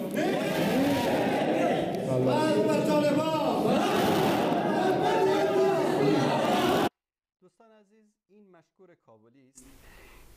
چون قبلا الله اعلم، من نمیخوام گناه این رو به گردن بگیرم، اما یعنی بگو مگوهایی بود، چون که احمد مسعود میدونید که مدت زیادی در ایران زندگی کرده، در اونجا درس خونده و بگو مگوهایی بود که شیعه شده است، مانند فرزندان رهبران حزب نهضت تاجیکستان که در ایران درس خواندن، در اونجا زندگی کردن و اکثرشان شیعه شدن. و شیعه زدگی احمد مسعود از کجا معلوم است؟ که همیشه در جلساتی که ببینید این شخص مشکور کابلی در کنارش است، دیکته میکنه براش، یادداشت میگیره براش، خط نشون میده براش، و سیاست هایی که احمد مسعود امروز در مقابل مردم افغانستان داره به اون راه داره میره، اکثرش توسط این شخص داره بر احمد مسعود دیکته میشود. و این بقیه که میبینید، این احمد ولی و نمیدونم سیاف و اینا مزدورانی هستن، اینا وطن فروشانی هستن که برای اینها هیچ چیز مهم نیست. المهم پول برایشان بیاد، پول باشه، حاضر هستن همه چیز خودشون رو فدا بکنن. امروز 2 روز در افغانستان امنیت آمده، آرامی آمده. خدا کنه این امنیت رو طالب آورده، هر کسی که آورده. جنگ نیست، وطن آرام است. بابا جان بیایید بشینید، گفتگو کنید، کوتاه بیایید. بابا از برای خدا شما امتحانتون رو دادید. 20 سال اگر از نگاه دموکراسی هم باشه، هر حزبی، هر شخصی 4 سال در یک انتخابات پیروز شد، نتوانست، ناکام شد، مردم دیگه بهش رأی نمیدن. 20 سال در دوران جمهوریت و 20 سال قبل از جمهوریت شماها را امتحانتون رو پس دادید به ملت. حرفی برای گفتن ندارید، کاری برای کردن ندارید. رها کنید ملت بیچاره را. از برای خدا ملت افغانستان امروز مردم در پی یک لقمه نان هستن که چگونه یک لقمه نان صبح و شامش رو پیدا بکنه، و اینها در پی به دست آوردن دوباره همون قدرت و همون قصرها و همون دم و دستگاهی که داشتن در دوران جمهوریت و دوران اشغال توسط آمریکا. این مشکور کابلی. همین مشکور کابلی رو در جای دیگر سخنانش رو شما در یکی از شبکه ها با هم ببینیم که چی میگه. یکی از گپ‌های مقاومت امروزی نیست که تا مذهب جعفری مثل دوره جمهوریت در قانون اساسی افغانستان به رسمیت شناخته نشه، صلاح مقاومت به زمین مانده نمیشه. ما مثل شورای علما و مثل آقای عالمی بلخی و اکبری نیستیم که بریم بیعت بکنیم بعد از 3 سال بگوییم که والا بسلا هیچ به هیچی نرسیدیم. ما این دایه احمد مسعود است که شما میگید؟ دایه احمد مسعود است، دایه ماست و دایه تمام بچه‌هایی است که در افغانستان مقاومت میکنن که شیعیان در افغانستان یک بخش عظیمی از شهروندان هستند که مذهبی دارن، هزارها یک هویت دارن، یک زبان دارن، یک تمدن دارن. شیعه بودن و هزاره بودن نباید یک کشور جرم باشه و به عنوان انسان دست دوم مطرح بشه. یکی از گپ‌های مقاومت امروزی نیست که تا مذهب جعفری مثل دوره جمهوریت در قانون اساسی افغانستان به رسمیت شناخته نشه، صلاح مقاومت به زمین مانده نمیشه. ما مثل شورای علما و مثل آقای عالمی بلخی و اکبری نیستیم که بریم بیعت بکنیم بعد از 3 سال بگوییم که والا بسلا هیچ به هیچی نرسیدیم. ما این دایه احمد مسعود است که شما میگید؟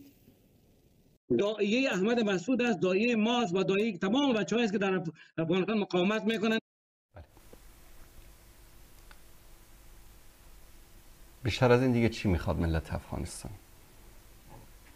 دوباره میخوان همان وضع سابق که 5% یا نهایتش بگیم 8%، 7% شیعیان جعفری بالای 95% اهل سنت افغانستان حکومت بکنن و فرزندان و کودکان من سنی که در این کشور 95% هستیم باید بره در سر کلاس بشینه فقه جعفری بخونه، عقیده امامیه بخونه. چرا؟ آیا امروز در حکومت طالبان شیعیان مدرسه ندارن؟ حسینیه ندارن؟ مسجد ندارن؟ تا هنوز در ظرف همین 3 سال ببینید دوستان عزیز، بیاید عاقلانه بدون تعصب نگید والا آمده از طالب و از فلان دفاع میکنه. نه، ببینید دوستان عزیز، در طول این 3 سال چند تا شیعه اثناعشری در افغانستان به جرم شیعه بودن کشته شده. چند تا. و این میاد صراحتا میگه که این داعیه احمد مسعود است که در افغانستان باید مذهب شیعه در قانون اساسی به عنوان یک مذهب رسمی شناخته شود. مگر نیست در قانون اساسی الان؟ مگر حکومت افغانستان، مردم افغانستان امروز مگر شیعه رو به عنوان یک مذهب در افغانستان قبول ندارن؟ این شعارهای متعفن مذهبی این اشخاص مجهول الهویه‌ای که در بین جبهه مقاومت یا جبهه بغاوت وجود دارن، این شک و شبهه ها رو تقویت میده که احمد مسعود یا شیعه است یا شیعه زده شده است. و بقیه اینایی که رهبران دیگری که هستن، اینا مگه کیا هستن؟ اینا انسان‌های بی غیرت و بی ناموسی هستن که به هر کی آمد اینا خودشونو فروختن. با کمونیستا فروختن، به ملیشا فروختن، به ایران فروختن، به پاکستان فروختن، به آمریکا فروختن، به ناتو، به انگلستان، به آلمان. هر کسی که آمد مثل زنهای فاحشه اینا در بغل او خوابیدن.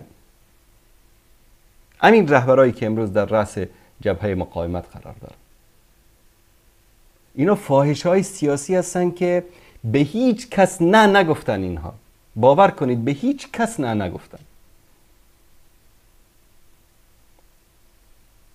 من نمیخواستم این موضوعات رو بیان بکنم وگرنه کلیپ های مشکور کابلی و احمد مسعود و اینها رو، شیعه‌زدگی ها اینها رو، اهداف شوم اینها رو در افغانستان زیاد دارم که تک تک اینها رو برای شما عزیزان نشون بدم. اما یعنی بس است که ما بیایم به این مسائل از دید تعصب نگاه بکنیم. از برای خدا امروز سنی، انسان موحد با عقیده، شما چرا در مورد مولوی اسلام صحبت کردید؟ کسی که سالها رئیس شورای اخوت بود و افغانستان رو فروختن به شیعیان رافضی ایرانی، به حکومت ایران، همین مولوی حسام، همین سیاف،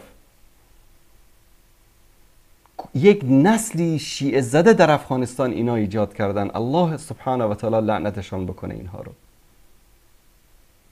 فسق و فجور و اینا به یک طرف، افکار رافضه‌گری را اینها سبب شدن که در افغانستان در بین جوانان ما نشر بشه. بعدش امروز میان اینها چیکار میکنن؟ میان میگن که شما چرا در مورد مولای اسلام صحبت میکنید؟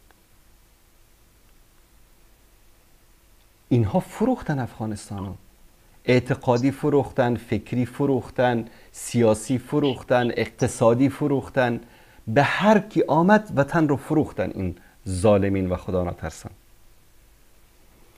بیننده عزیز سلام علیکم، بفرمایید.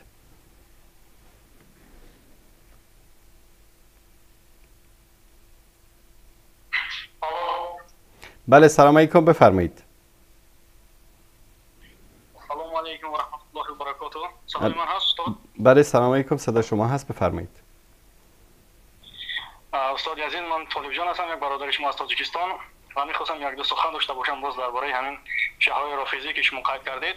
بله. اتفاقا یک دو روز پیش والله علم یک ویدیو رو تماشا کردم که در از شبکه‌های روسی نشر میشد. بله. در اون ویدیو میگفتن که ویدیو درباره آیت الله سیستانی بود. بله. درباره ترجمه خود سیستانی و درباره سیستانی.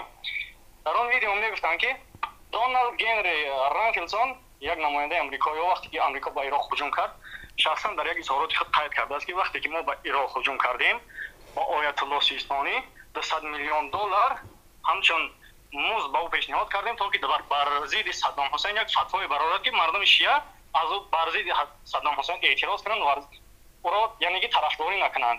درست. این چیزی است که گنری ریملسون خودش در نوارهای خود قید کرده است. درسته. و باز یک چیز دیگر رو میخواستم استاد با شما رسونم و میخواستم درباره همون شیعه رافضی که روز بر شیعه تاجیکی است که بر ضد تاجیکستان یعنی که برنامه های خود را اجرا میکند. شما درباره یک برنامه کردید اما برنامه هایی که او دولت حالا به حد در مسئله تاجیکستان به حد برنامه های زیاد کرده استفاده است. درست. از حالت خودزیره تاجیکستان استفاده برده چون که در تاجیکستان صدر حجاب من کرده استادند او درباره این سخن نمیکنند ولی از این حالت استفاده برده و مردم را دعوت میکند که با آنها پیوند شوند یعنی که ولایت فقیه را قبول کنند و چه که آنها انقلاب کردند انقلاب با مثل آنها انقلاب کنند و پیوند به ایران شوند چون یمن پیوند شد، چون بشار اسد پیوند شد، چون عراق پیوند شد و همین خیلی همین نیت‌های خود را برای تاجیکستان هم دارند و اون شیعه رافضی هم به حد خود یعنی که در بین مردم نوبت اونم بله نوبت اونم میرسد برادر عزیز، نوبت اونم میرسد ان شاء الله. من از شما می‌خواستم که درباره همون توجه زیادتر داشته باشید. ان شاء الله حتما ان شاء الله. درباره ویدیو کردید اما ما دیگه درباره چیزی ندیدیم از شما. برای همین می‌خواستم که ویدیوهای شما کمی هم باشه بیشتر باشه در این مسئله. درست ان شاء الله حتما ان شاء الله. سلامت باشید. دوستان عزیز یک سوال دیگر داشتم اگر اجازه باشد بعد از برنامه در همین باش. بسیار خوب. بسیار سوال دارم چون که من به شما بسیار هم زنگ زدم تلفن شما خاموش بود یا دستم است. درست. با شما ملاقات کردن نتونستم. درست. خوب است. در خدمت شما هستم برادر عزیز. بعد از برنامه ان شاء الله. سلامت باشید. سلامت باشین شما. تشکر شما.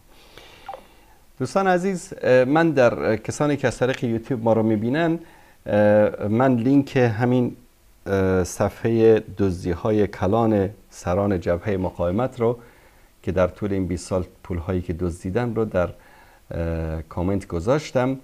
این صفحه است دوستان عزیز.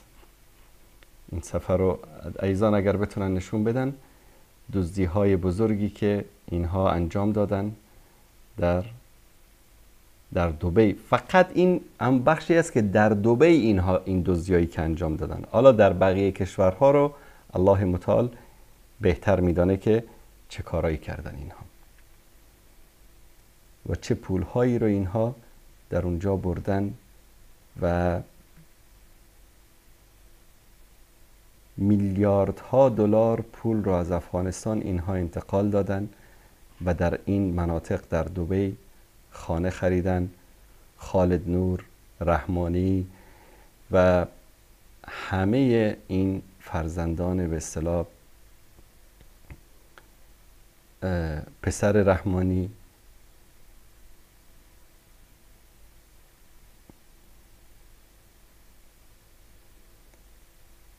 یعنی شما برید این صفحه رو حتی میتونید که با ترجمه کردن این صفحه مثلا میشه اینجا اینطوری ترجمهش کرد به فارسی.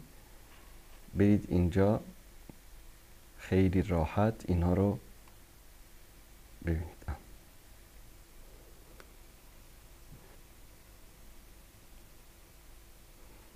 زمانی که ایالات متحده در حال بازسازی افغانستان بود، پیمانکاران املاک را در امارات به سرقت بردند.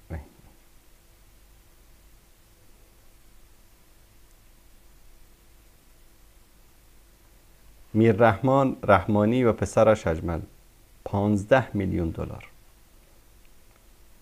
همینطوری برید، اسمای همهشون در اینجا هست که پولهایی رو که اینها دزدیدن در اونجا.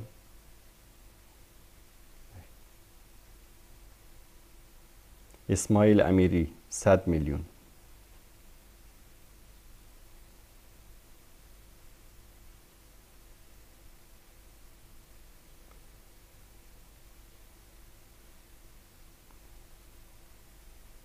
و در این زمینه حتی سر و صدای بعضی از کانال های غربی هم در آمد با پول های بزرگی که اینها انتقال دادن در اونجا.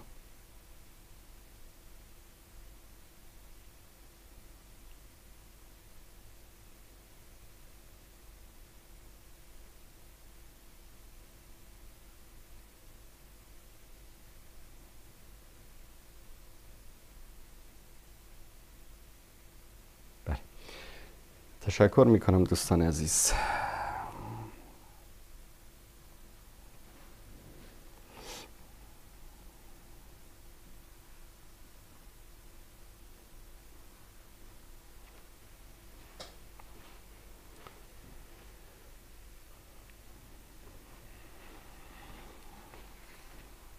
حتی یک کلیپ دیگری را من اینجا خدمت شما عزیزان از این آقای کابلی بود، اینجا مشکور کابلی.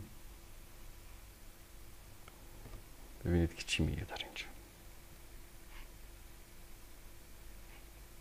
یکی از تعهدات ما با احمد مسعود در این خدمت است که تا شیعیان همه حقوق رسمی خود در این کشور نداشته باشند، ما یک روز حکومت را که در او شیعه در اوج رسمیت نداشته باشند نمیپذیریم و همه باید بپذیرند که شیعه در این سرزمین چقدر است اجازه ندن که سرشماری شود. و در جای دیگه میگه که 20% است در افغانستان شیعه. بر صورت ما هیچ وقت انکار نمی کنیم که حتی هندوها سیکای افغانستان حقوق خودشون رو دارن. حقوق شهروندی یک انسان رو در هیچ کشوری هیچ کس حق ندارد که انکار بکند، ولو اینکه یهودی باشد شخص، حتی یک افغانی یهودی، یک افغانی مسیحی، هندو، سیک، همه حق شهروندی خودشون رو دارن. اما و به این اندازه چشم سفیدی و بی‌حیایی برسه که بگن که ما مثلا 5% یا 8% یا برو 20%، شما بیا اعتقادت رو تحمیل بکن بالای بقیه ملت، بالای اکثریت ملت. این رو انشالله این آرزو رو هم احمد مسعود و هم مشکور کابلی به یاری الله سبحانه و تعالی به گور خواهند برد. بر صورت تشکر میکنم از همه عزیزانی که تا این لحظه با ما همراه بودن.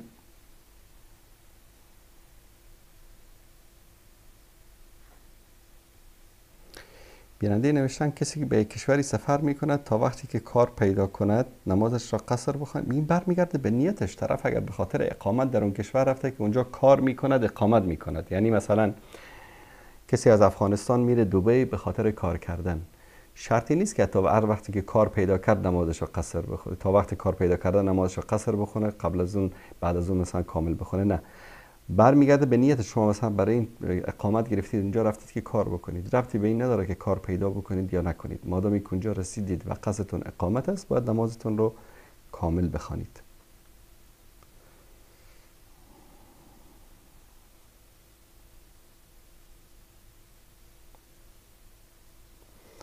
دوست عزیزی نوشتن در مورد کافر بودن شفیع عیار میشه که یک ویدیو تهیه بکنید. دوستان عزیز ببینید، ما گاهی اوقات همین کافرها رو ما کافر به اصطلاح بزرگشون میکنیم. کافرها رو شفیع عیار یک انسان احمق جاهلی میاد یک صحبت‌هایی رو میکنه در اونجا، بعد بعضی اوقات مسلمانان ما تبلیغ میکنن برای همچین انسان‌ها. مثلا در طول 1400 سال میلیون ها کتاب بر علیه اسلام نوشته شده، یکیش هم کتاب سلمان رشدی. در اون موقعی که ایران در یک نوع انزوای سیاسی در منطقه قرار داشت، خمینی اومد حکم قتل سلمان رشدی رو صادر کرد. یک مرتبه این کسی که 100 تا خریدار هم نداشت کتابهاش، میلیون ها نسخه از کتابهای این به فروش رسید، به 10 ها زبان زنده دنیا ترجمه شد و طرف یک شب میلیاردر شد، به دلار میلیاردر شد. سبب چی؟ حماقت خمینی که اومده بود رو حکم قتلش رو صادر کرد. گاهی اوقات ما مسلمان ها یا از جهالت یا از سفاحت، نمیدونم، یا به خاطر احساسات بیجا میایم بعضیا رو بزرگ میکنیم. شفیع عیار هم همینطوری بزرگش کردن.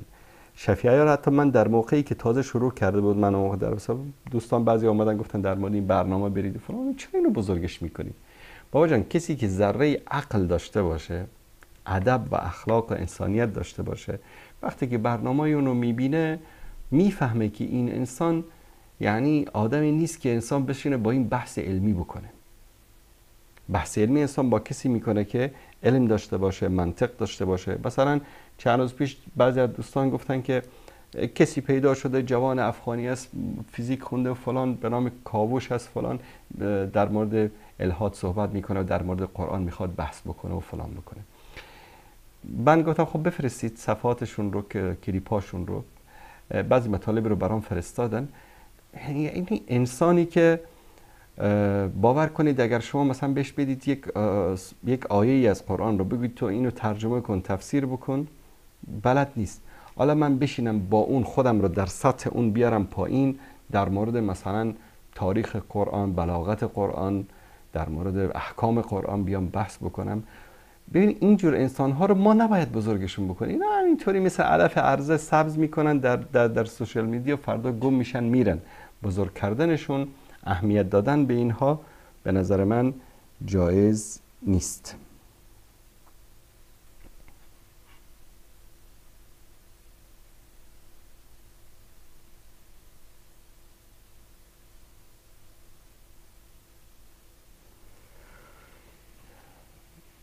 بیننده نوشتن که آیا رهبران جهادی افغانستان مسلمانن یا خیر، چون بعضی برادران میگن که آنها با کفار دوستی کردن. ببینید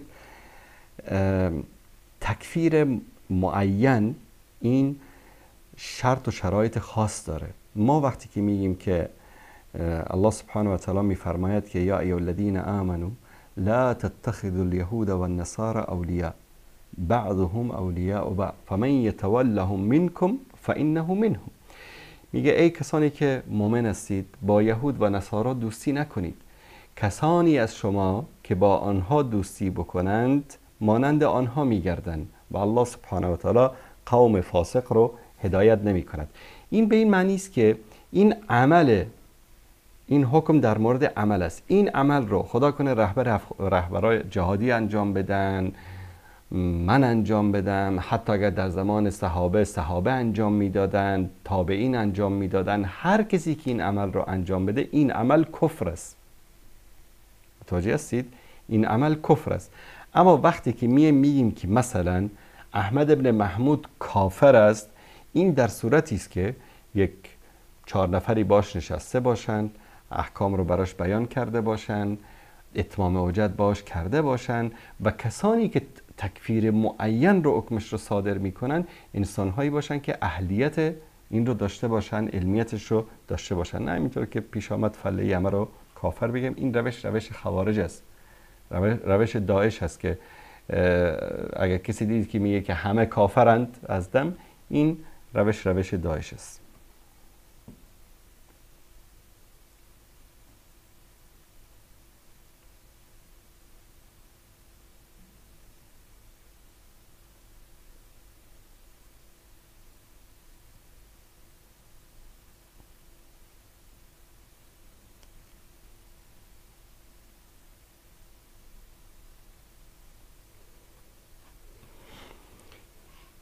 عزیزی نوشتن که این شماره در واتساپ من اضافه نمی شود. والله همچین مشکلی رو تا هنوز کسی از دوستان ذکر نکرده. یعنی هر شماره واتساپی رو که واتساپش فعال باشه شما میتونید، البته این شماره رو باید حفظش بکنید، اول حفظش بکنید و بعد از اون میتوانید که تماس بگیرید. بله. بیننده عزیزی نوشتن که لطفاً تماس ها رو جواب بدهید. دوستان عزیز، همونطوری که عرض کردم با این شماره شما میتوانید مستقیما تماس بگیرید و تلفن در داخل استودیو هست و من پاسخ شما رو میدهم. همچنین از طریق واتساپ بعد از اینکه شماره ما رو حفظ کردید در موبایلتون، مثلا با یک اسمی، مثلا اسم ندای حق حفظ بکنید، بعد از اون تماس بگیرید تا که تماس شما برای ما آشکار بشه و بتونیم که جواب شما رو بدیم.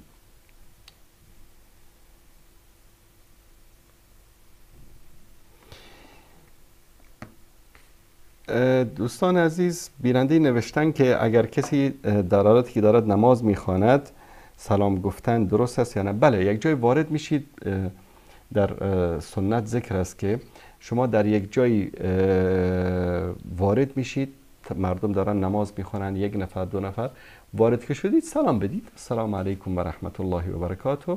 و حتی در بعضی از روایات هست که کسی هم که در حالت نماز است میتونه با اشاره پاسخ سلام رو بده.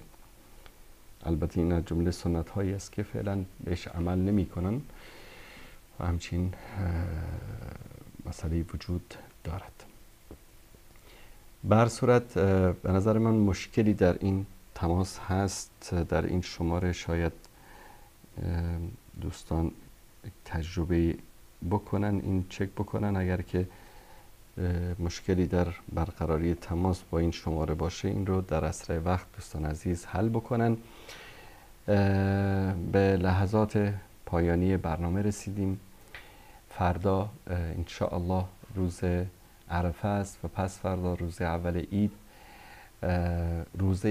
روز عرفه در احادیث صحیح از رسول الله صلی الله علیه و سلم ثابت است که گناهان سال گذشته و آینده انسان را میبخشد و در این شب و روز مبارک که حجاج بیت الله الحرام لبیک گویان در مشاعر مقدسه منتظر لحظاتی هستند که در میدان عرفه بایستند و شعار توحید لبیک اللهم لبیک لبیک لا شریک لک لبیک ان الحمد و النعمت لک و الملک لا شریک لک، این شعار رو سر بدن. الله سبحانه و تعالی ملت های مظلوم و مسلمان در فلسطین، در افغانستان و در هر گوشه دنیا رو که در مقابل ظلم، ستم و وحشت و بربریت دشمنان اسلام مبارزه میکنن، الله سبحانه و تعالی پیروز بگردانه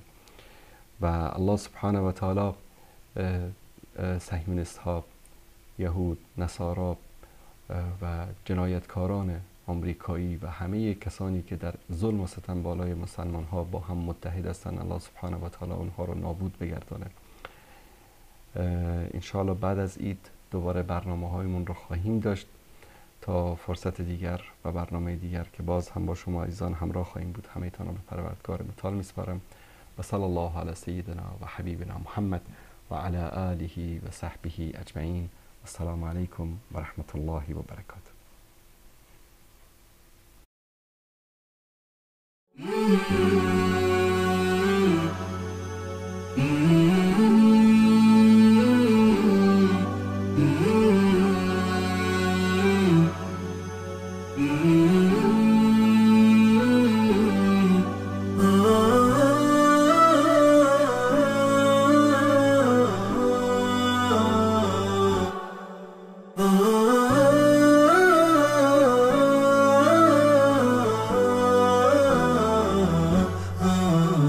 نداء الحق صوت قد شجاني